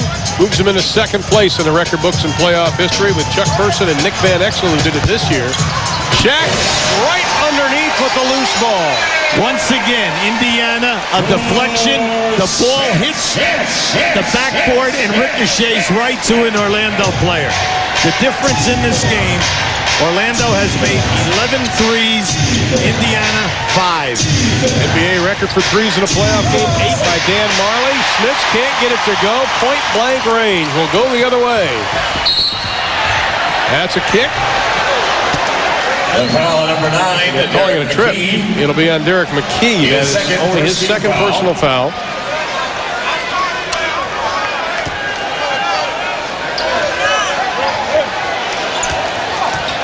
Now Grant working on Davis. Well, they bring in Shaq into the post. There he goes to the hole. Doesn't get the roll, but we have a whistle. In this game, he's doing so many moves into the lane and then the jump stop, and then he explodes out of that jump stop. Workman, his third. Well, they have to foul him tonight because he's having a difficult night on the line up to this point. Only 2 of 6. That looked a lot better. A little rotation on that ball. Mark Jackson on the bench. 8 points for Jackson, all coming in the first half. He sits and watches. Richie Adubato, who was Brian Hill's high school coach, now an assistant for Brian. Every time in this game that Indiana gets it to you think they're hot, they're going to make their move, something weird happens, like the bouncing of the ball down there right into the hands of Orlando to get a layup. And Dennis Scott's three-pointer. Scott dishes off. Rick Smits with the jam. Beautiful pass by Byron. Smits with 15 in the ball game. The lead is cut to 8. Over the back. Now number 4. See, that time they jammed the passer, but Shaq pinned Rick Smits in the lane. Watch where he's going to pin him. Right in the paint. See, Rick was too late getting over the top.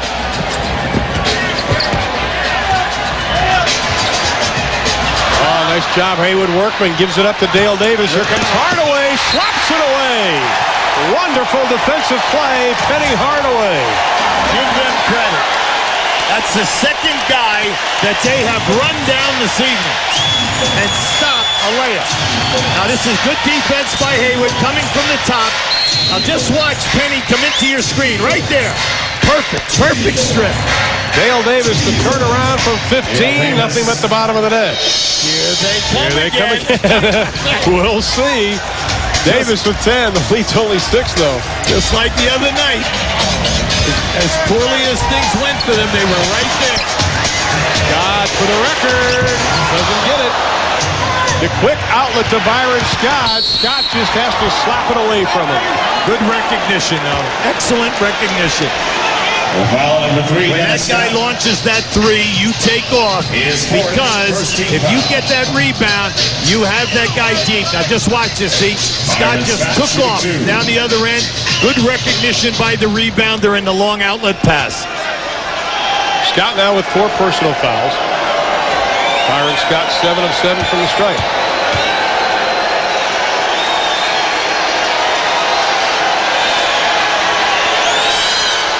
Well, throughout Byron's career, talking 12 years of playoffs, he's an 83% foul shooter. You know, over his career, when guys come in as role people at the end of their careers, like he did last year when he signed in December for Indiana, and you forget that he averaged over 15 points a game for the Lakers, has 3 rings, and shot 49% for them. And he stays perfect in this series. Indiana on a 6-0 run. They've cut the Magic lead down to 4. We've played 2 minutes here in the fourth quarter.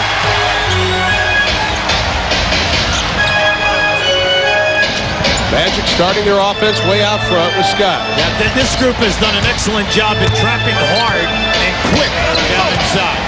Scott looking for the double. Just turned baseline. Parries. Only his second 2-point field goal in the ballgame, but he's got 7 threes. He could not have played any better that time. That was a fall-away fade. That was a tough shot.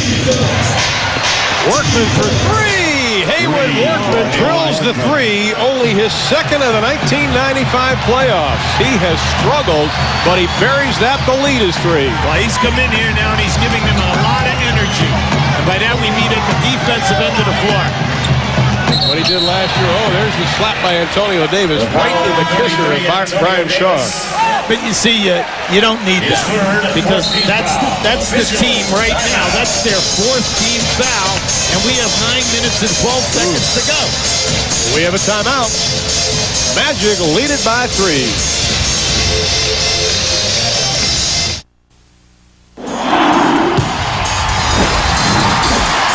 Here's tonight's Dutch boy in the paint. Well, you can see the first quarter, Indiana really struggled with the rebounding, but since then, they've really come on strong. The centers, Shaq is just having another great night, the rebounding. But that's the rebounding with Smith. See, that's a telling sign. We've been on that all night long. He has got to step up and make himself big on that defensive board. He will be nicknamed Casper if he doesn't show up here in the second half for the Pacers. They trail it by 3. And they are standing in the O-Arena.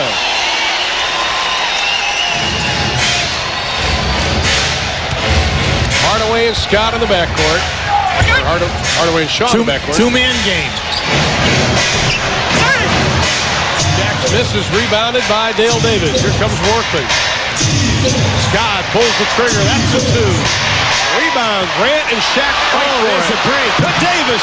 They get their first break of the night. First one. Now Orlando has picked up every one of those this evening. That's the first true break that they have really had in this game. Dale Davis, 12 points and 12 rebounds. The lead is just 1. 2-man game here.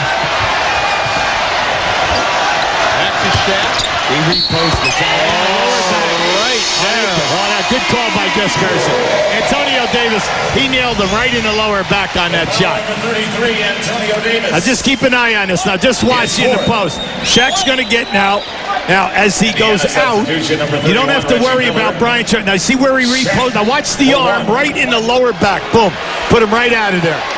Good call.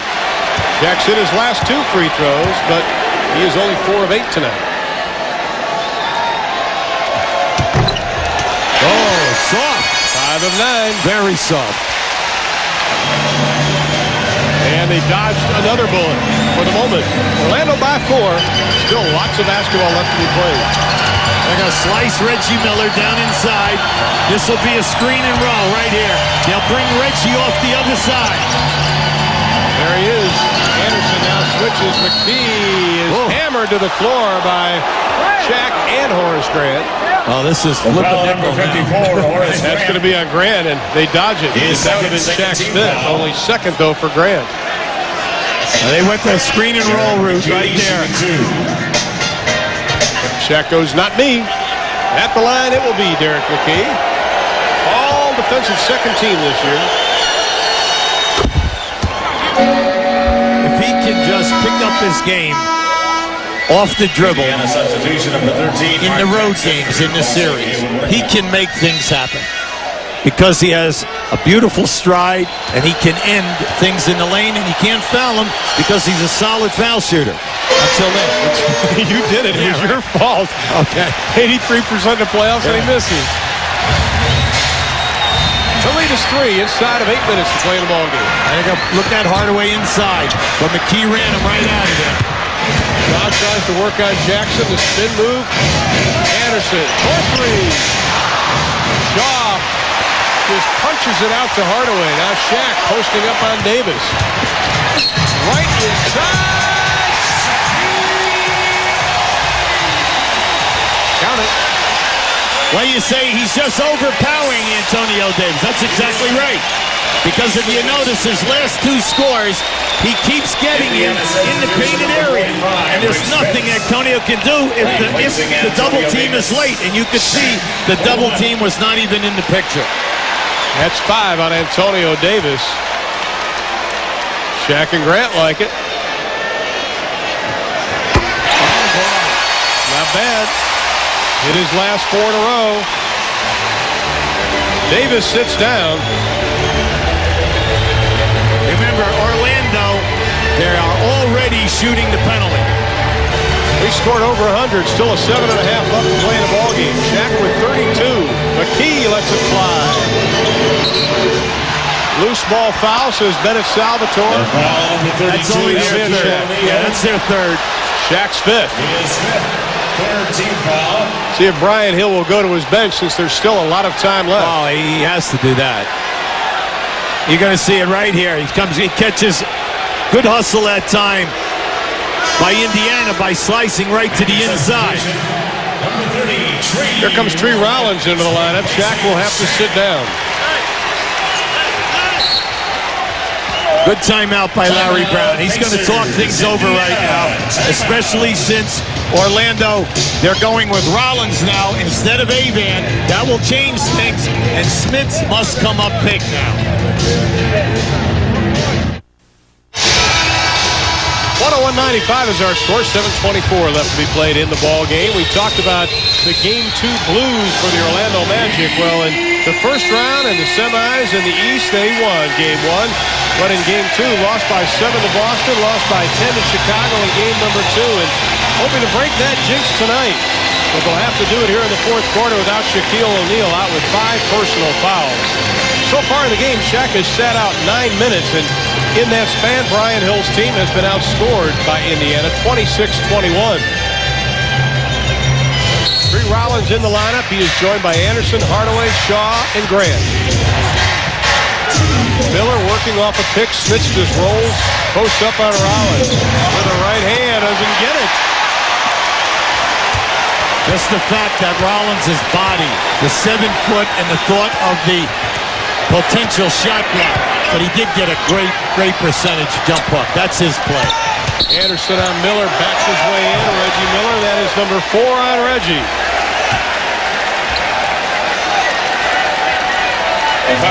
That's good smart basketball. They feel that they can post up Reggie with either Scott or Anderson. They can take him down inside, force the double team, and then kick out, or just take him if they're coming late. And you can see Smits was late getting there. Anderson misses the first. 77% of the playoffs, only 70% during the regular season from the line for Nick Anderson.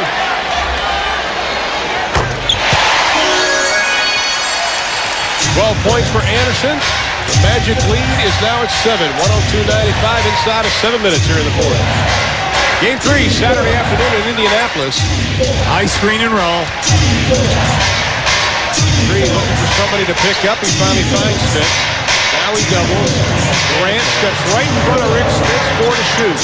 Jackson rejected. Tilted around. It did hit the rim. Here come the Magic. No, it should not be a 24-second violation. Then Salvador had it. So did Mahalik. That ball hit the rim. And Larry Brown saying it should be a foul. Paul Mihalik telling him to sit down. Keep an eye on this. You're going to see him right there. The ball hit the rim. The shot clock was at 1 when the ball hits the rim. You're going to see now. Just keep an eye on it right there. All right, so right now you should be getting another count. They wanted a foul. Probably jumping up. Yeah, well, Indiana thought that Grant foul on the next catch. Well, that's what they're going to do. They're going to jump it up. Loose when the shot clock expired. We'll have a jump ball. So we're going to jump it up in the middle. It'll be Horace Grant. Well, let's see. It'll be Tree Rollins now steps in. Brian Hill, Larry Brown. Neither coach pleased with what happened. The Magic had a break at that point. It'll be Tree dumping it up at Dale Davis. They might have had a break, but then Indiana said, hey, Grant just fouled. There was about 3 fouls. Sure, yeah, we would have been shooting 2. Jackson looked at Smith, didn't get it to him. Oh, nice move! Oh, what a move! Rick Smits got Tree Rollins up in the air and took him to the cleaners. Well, Tree Rollins, one of the great shot blockers that we had in the league. He was either 1, 2, or 3 for 7. Look at his fake. Stepped right underneath. See, Tree was going to block that jump hook. No basket, though. He put the ball down. Yeah, well, they're calling. There was the foul right there, way before the shot. So it's just side out Indiana. Well, if you're an Indiana fan, you want continuation. You know that. Grant putting his hand in on Smith. McKee, let's go with the 3, and parries it. His first of the ball game. Big, and they needed that. 13 points for McKee. And he needed that. He needed it for his confidence. That's right, because he's going to be a telltale sign here. They need him to step up big. Anderson trying to post on Miller, backs him down. Oh, 3 guys, somebody's open. 3 guys on the ball. 5 to shoot. Hardaway dribbling around with 3 to shoot. Grant, the offensive rebound. Back to Hardaway. They'll get another look at it. Great play by Horace Grant. That is pure effort. One of the premier offensive rebounds. He has 9 rebounds tonight. Ooh. Eddie jump step with the left hand, and it goes. That's taking it to the hole. 19 for Hardaway. The lead is back up to 6. Scott and O'Neal up off Orlando's bench. 2-man game. Smith wanted to go baseline, but he will launch the 3, and he buries the second of the game and his 8th of the playoffs. With Smith's fooling around down in Zion there, McKee's being forced to take the shot, and he's knocked the 2 down. Something he didn't do in the first series. Shaw, baseline cut off. He's in traffic. He'll have to call a timeout, which he does, and it will be a 20. Timeout, Magic. Now, this is interesting strategy because this is the second consecutive post-up where Indiana has sent 3 guys to the ball. So they had the defender, 2 rotators, 3 people on the track. Well, now Orlando says they want a full timeout. 4:52 left to play in the ball game, and they lead it by 3. Now, I'd like to show you what's just happened 2 times. Right here, you have 3 guys on the ball. Here's your 4th defender, and here's your 5th. Now, you have an offensive player here, but you have 2 guys standing right here. That's bad spacing. And another offensive guy over here. Well, he can't see you because he's dwarfed with 3 people. So right now, Orlando has got to get better spacing so that post-up guy or the dribbler, when he gets triple teamed, can find you. It's your job to create the passing lane. Well, Penny Hardaway and Shaquille O'Neal back in the lineup for the Orlando Magic. So they've got their starting 5 in. So does the Indiana Pacers. Now both teams are shooting the penalty. Reggie Miller doing a nice job denying Anderson. Shaq posting up on Smith, no double. Here it comes. Shaq goes right into it, misses the shot. Grant the offensive rebound, but that'll be a 24-second shot clock violation. Grant lost the goggles, went down hard. They also lost possession. Now that was just good hustle. The Shaq gets a good shot in here right now. Puts it to the right, and you can see Grant bobbled the ball, and then Dale Davis knocks it loose. The key is that it did not catch rim, and you got the 24-second clock. The key out front, Grant, without the goggles now, comes out to meet him. Well, they're going right at O'Neal. Jackson doesn't get it. Rebound. Anderson takes it away from Dale Davis, and Davis has whistled for the foul. That'll be his third. The foul number 32. Anderson showed a lot of leap there to get up with Dale Davis. Penalty situation. There's two ways to look at that last play. You go into Smiths, they double team, they kick out.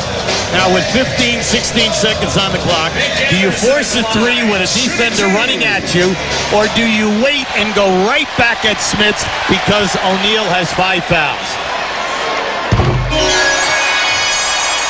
Anderson, 2 of 3. Just a reminder, after the game tonight, we'll have Inside the NBA on TNT. Tim Brando, Dick Versace. America sounds off with the question, are these the best playoffs ever? You can call 1-800-406-HOOP as Nick Anderson made the second free throw. 5-point Orlando lead. 4:15 left to play in the ball game. Two-man game with McKee. Hardaway shows the double, got a piece of it. Indiana's ball with 10 to shoot. See, Rick Smits is trying to pass the ball with one hand. Well, when the defense cuts off the passing lane, you can't bring it back. 2 hands on the ball when you pass out of there. Miller. Couple of dribbles in the paint. The finger roll. Reggie Miller. Now that's doing a Texas two-step, okay? I mean, he sidestepped a couple of guys. He got off a finger roll in traffic. 14 points in the half, 30 in the ball game for Miller. Smith's playing behind O'Neal. The double by Jackson. They swing it around. Scott way off the mark. Shaq, the offensive rebound. Can't get a shot off.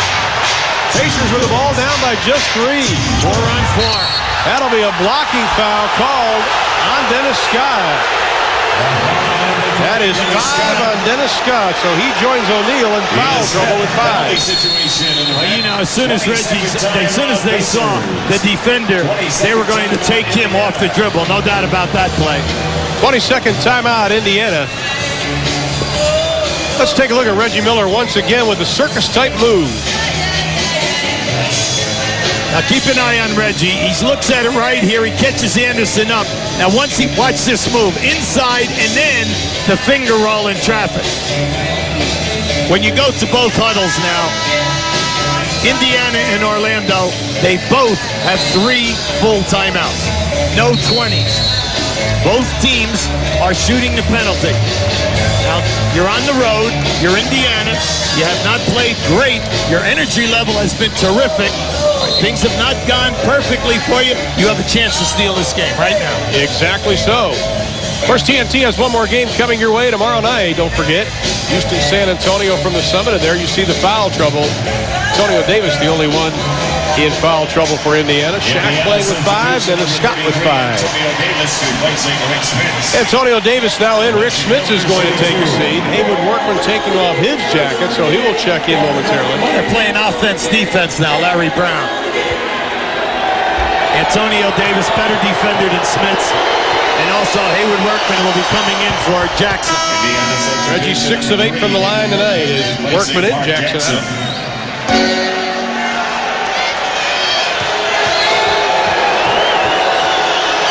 They've done a terrific job this half in eliminating the threes when you think about it. Not the fact that they haven't made them, but they're not even getting them. Orlando's only made 3 threes here in the second half. All coming on the hot hand of Dennis Scott. Shaq posting up on Antonio Davis. Has his way with Davis. What a game for the big fella. Wow, the big fella is working to get excellent low post position. He's catching that ball so deep. 34 for O'Neal, who only averaged 20 during the regular season against Indiana. Miller to the hole is hammered hard. that was a great offensive player saying, I'm beating you baseline and taking. Now just watch where he is. Now as soon as he surveys, he's going jump step strong up over the top. Now, well, there's nothing Antonio Davis can do about that.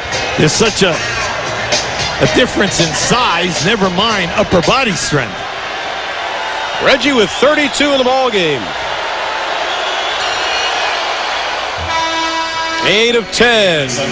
NBC takes over for the playoffs after tomorrow night, and we wish them well. Game 3, Orlando, Indiana, will be seen on NBC, 3:30 Eastern Time. Game 4, San Antonio, Houston, will be Sunday at 3:30 Eastern Time. Then Orlando, Indiana will play Game 4, same time on Monday. Now, during that pause, Rick Smits is back in the game at the center position to match up with O'Neal. O'Neal and Miller with 34. The Magic lead is just at 1. Anderson finger rolls it in, doesn't get it. Indiana with a chance to take the lead. That's what you've been playing for. A chance to get it done on the road. Their last lead was 2-0. Smits, there you go. The game up or takes the lead by 1. Great move. If he's going to step up, now's the time to step up. That was an excellent move by Larry Brown. An 8-2 run by the Pacers. They have the lead by 1. Two-man game now. Hardaway, baseline. Scott launches it. Short. Grant keeps it alive. Scott again. No. And all blue jerseys underneath the hoop. Oh, this is a 3-on-2. Workman pulls up from 15. Hardaway and O'Neal. Here comes Petty to Shaq. Oh, the basket. We have a foul.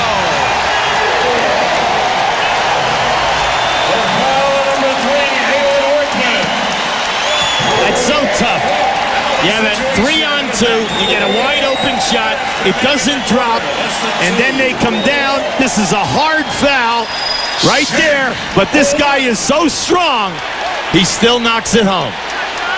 And he has a chance to give the Magic a 2-point lead. He likes it.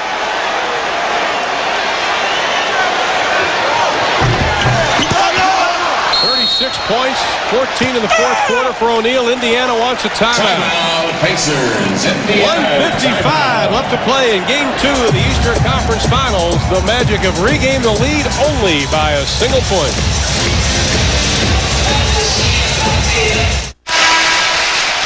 The lead is 1:55 left to be played, and either your hat has to be off for Indiana because they weathered the 60% shooting of Orlando. They even had the lead a moment ago. Now only down by 1. Well, you know, we said in the first half they were 8 for 17 in threes. This half, only 3 for 10. Indiana doing a great job getting out at the shooters, forcing them to shoot with a hand in their face. The big thing right now is, can they continue to upset the rhythm of Shaq? Because he's been on such a roll. At this end. At the other end, Smits has got to step up because there's Larry Brown's wife right there. I think she's outnumbered in this building here this evening. And now what you're looking for right now is if you go to two-man basketball with Indiana, Rick, if they don't double team Rick, he's got to play big with the basketball. Final 150. There's your curl move. Two-man game, McKee and Smits. The double by Hardaway. Workman wide open for 3. Anderson the rebound with 1:35 to play. They lead it by 1. And bringing Shaq to the ball with a baseline screen by Scott. Shaq up and under. Whistle and a foul. And it will be on Haywood Workman. That is 5 on Workman. Anytime that Shaq catches the ball from the left side of the floor, he can just pass it right back out and catch the double teamer because Haywood is just leaving the passer immediately and then repost up even deeper than where he's catching the ball. Shaq only 6 of 11 from the stripe tonight, but he has put in 36 points total. Now right now, Indiana 2 fulls, Orlando 3. There you see what Shaq did during the Celtics. Came up big time in the Bulls in the fourth quarter. 56%, and in Game 1 of the fourth, he was 2 for 2. Jackson back in. Workman will sit down. Indiana, you must block out now. Make sure no one comes over your back to keep if he misses. That was way short. Hardaway takes it away. You get beat to the ball. Amazing.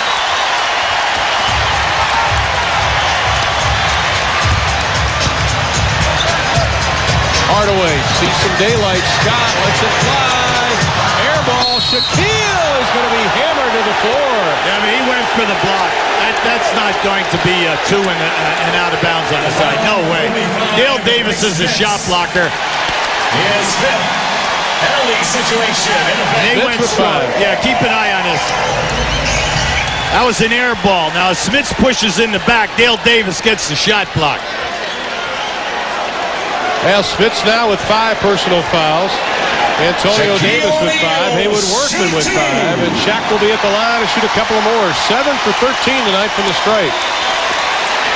Well, this is what all the extra practice does. I mean, he's worked very hard through the playoffs every day, shooting hundreds of foul shots.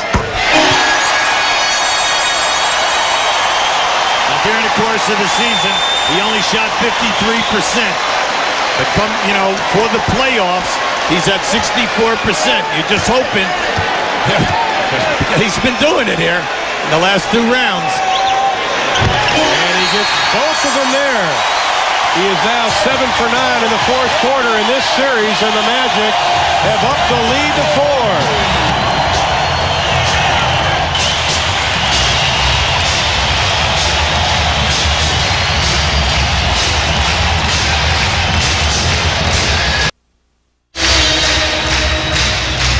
Kay Hill, wife of Brian Hill, likes what she sees because the Orlando Magic on a 5-0 run since Indiana took the lead at 109-108 with just 2 minutes left in the ballgame. As far as strategy goes, Indiana is down to only 1 timeout. Orlando still has 3 fulls. You have a minute to play. You have plenty of time.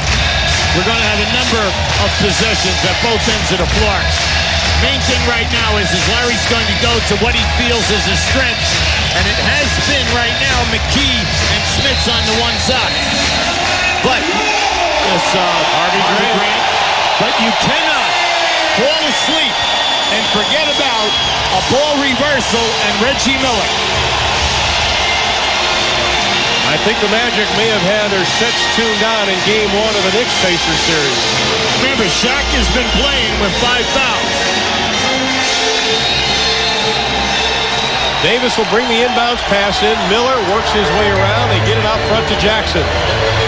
Now right now they just screen for McKee. They bring Reggie out. Miller for 3. Doesn't get it. Rebound. Grant tracks down the loose ball and calls a timeout before he falls out of bounds.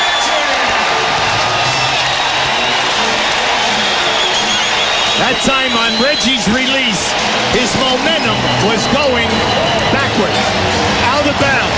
That was a hard shot. An excellent timeout by Grant. Now keep an eye right under the rim. Reggie Miller sets a screen for McKee, but it's a decoy. Now watch as he curls. Keep an eye on Miller. Here he comes.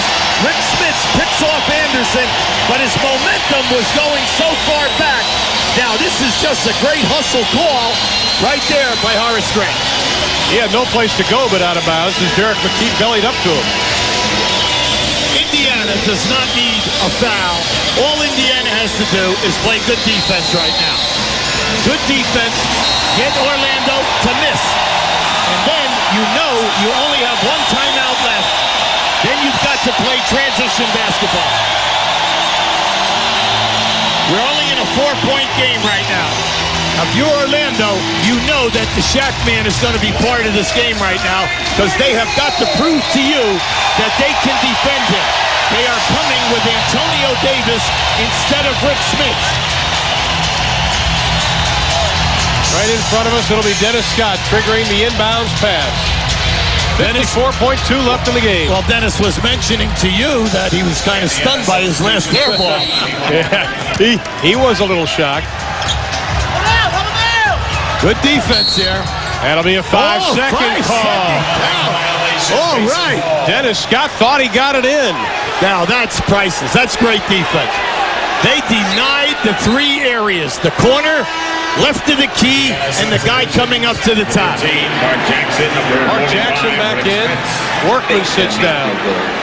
Still 54.2 left, a 4-point Magic lead. Now Smits is in there right now. They have Smits, Dale Davis, and McKee up front.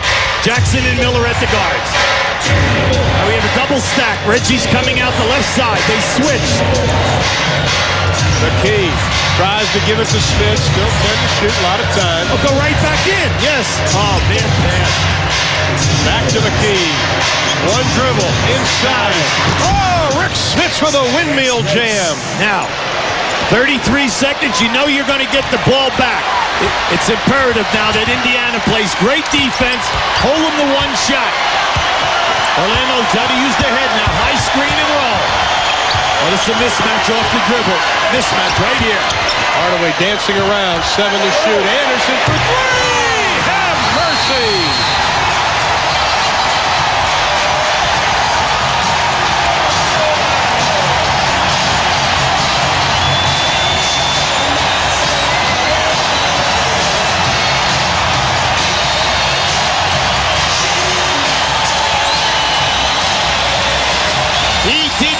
Hesitate. Never even watch stop. Watch this. Look where he is. Almost out of bounds. Did not even look inside. His second three of the night. The reaction by his teammates. That put him up by 5 with just 13.9 left to be played. Now right now, that was Indiana's last timeout. You only have 13 seconds, 13.9 seconds. So you know that you've got to have a quick start. If they give you the 3, you take the 3. But if you get a quick 2, in 2 or 3 seconds, you must put on the full court press. Don't assume that they're going to call timeout. Deny hard, go for the steal, and if you do not get the steal, foul right away. But you've got to get a score quick. If you score and you deny and they call a timeout, that's okay. Because now you can set up your defense and talk about strategy. Now that was Anderson's first field goal since early in the third quarter. And it was a big one at that, his second three-pointer of the ball game off a Hardaway assist, who now has 15 for the ball game. Don't forget Inside the NBA with American Sounds Off.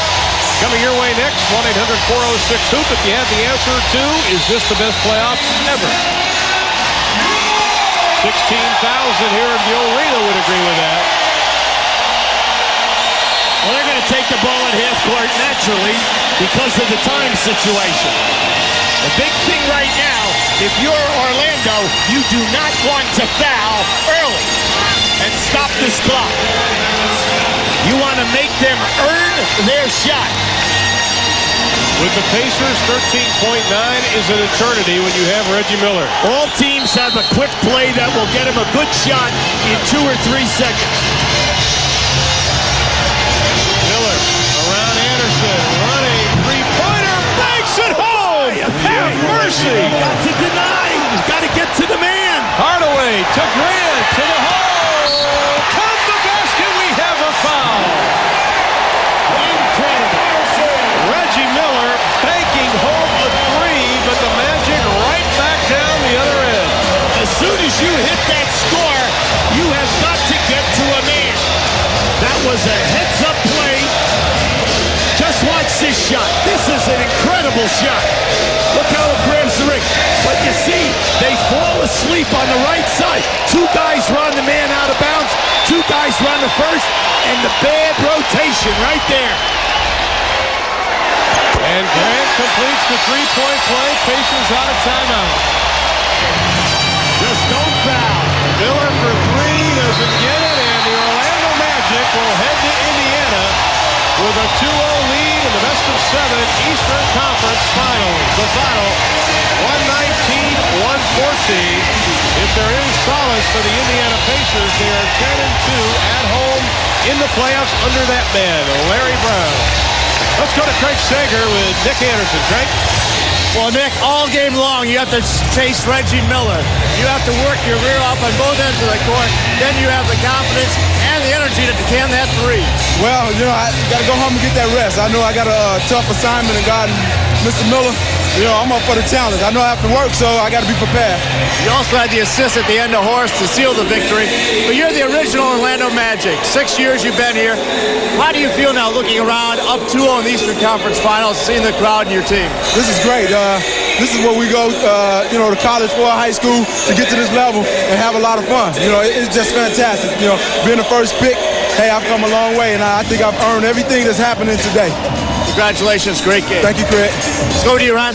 Thank you very much. Thank you very much, Craig Sager. It was a big game for Shaquille O'Neal as he leads his team to the 119-114 victory over the Indiana Pacers, and he is our Budweiser player of the game.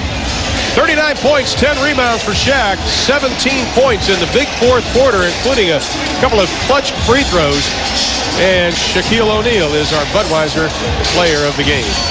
And joining us now is Shaquille O'Neal. And first of all, Shaq, can you hear us okay? Yeah. How big was that fourth quarter? I mean, you knew you were probably going to get fouled, but you stepped right up, you hit the free throws there at the end.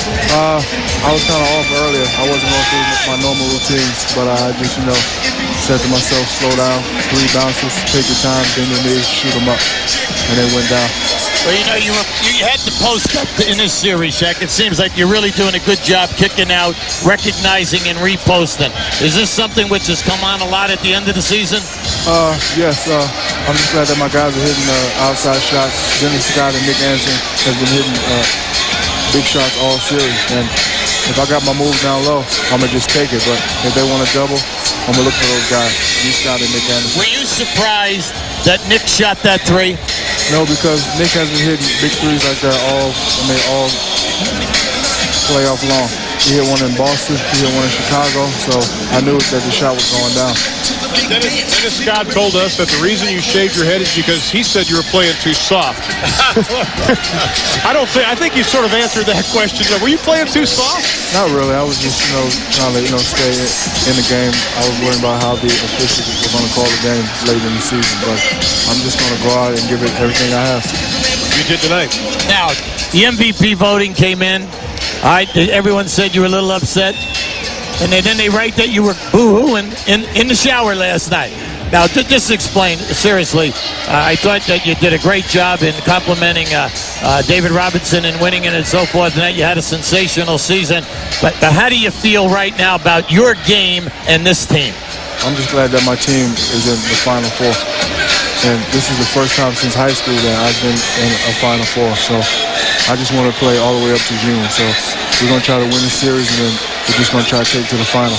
All right, Shaq, Game 3 will be Saturday afternoon in Indianapolis. Best of luck to you and the Orlando Magic. All right, Orlando wins it. They win it today. Once again, the final, 119-114. Let's head back to Atlanta with Ernie Johnson. All right, thank you, Ron and Hubie and Shaq. Back here with Chuck Daly. Game 3 in that series Saturday afternoon, 3:30 on NBC as Orlando takes a 2-0 lead. But how do you feel like Indiana is feeling right now? Down, love too, but, not playing too bad, Chuck.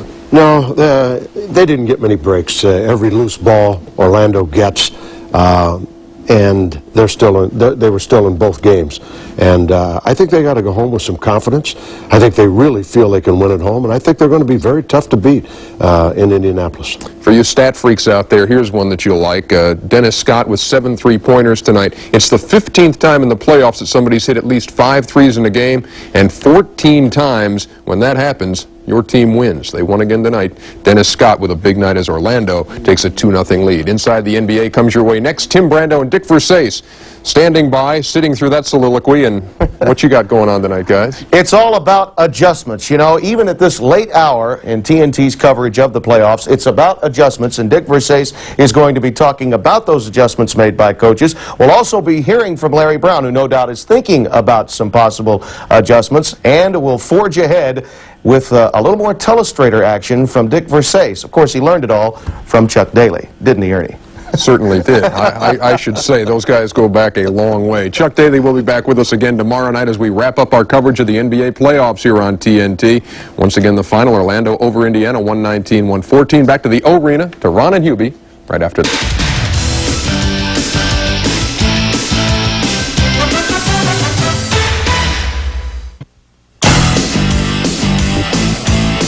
The NBA playoffs on TNT are brought to you by Beechwood Aged Budweiser.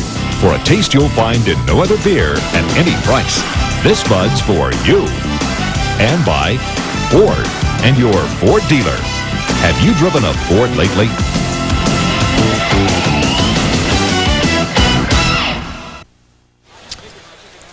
Orlando shoots 57% as they outscore Indiana 11-5 in the last 2 minutes after the Pacers went up 109-108, and they win at 119-114. Once again, along with UB Brown, I'm Ron Thulin. And I'll tell you, the Indiana Pacers, your hat has to be off for them. Team shoots 57%. You only end up losing by 5. Well, they were in both games, and they did not play what we would call Indiana Pacer basketball. They played it in spurts. All you have to do is take care of home serve now. All right? You had the two best home records. Orlando only lost 2 during the year. Indiana only lost 8 at home. So they have to come home now, say, hey, listen, with our crowd, we're going to execute better, home surroundings, win there too, then it becomes a 3-game series. And I know the pressure is on them, but there is no way that that team should go in the locker room and feel that they cannot handle Orlando. Exactly right. Now, this is our final game. Of course, we have one tomorrow night, but this is our final game for the year, and it's been fun. I guess you and I have to start getting together for lunch every day to have our tuna sandwiches for the next couple of weeks, huh? Absolutely. We'd like to thank a couple people, especially Michelle Zarzaka, for making sure we show up on time at places, and Valerie Burrell to making sure we have our crew here also. But the Orlando Magic win it tonight in our finale, the final once again, 119-114. Be sure to stay with TNT because tomorrow night we have our final game. It'll be the San Antonio Spurs and the Houston Rockets. Stay tuned next inside the NBA. Coming your way with Tim Brando and Dick Versace. Once again, the final score, Orlando wins at 119-114. For UB Brown, Craig Sager, and our entire crew in Orlando, Florida, one last time, good night, everybody.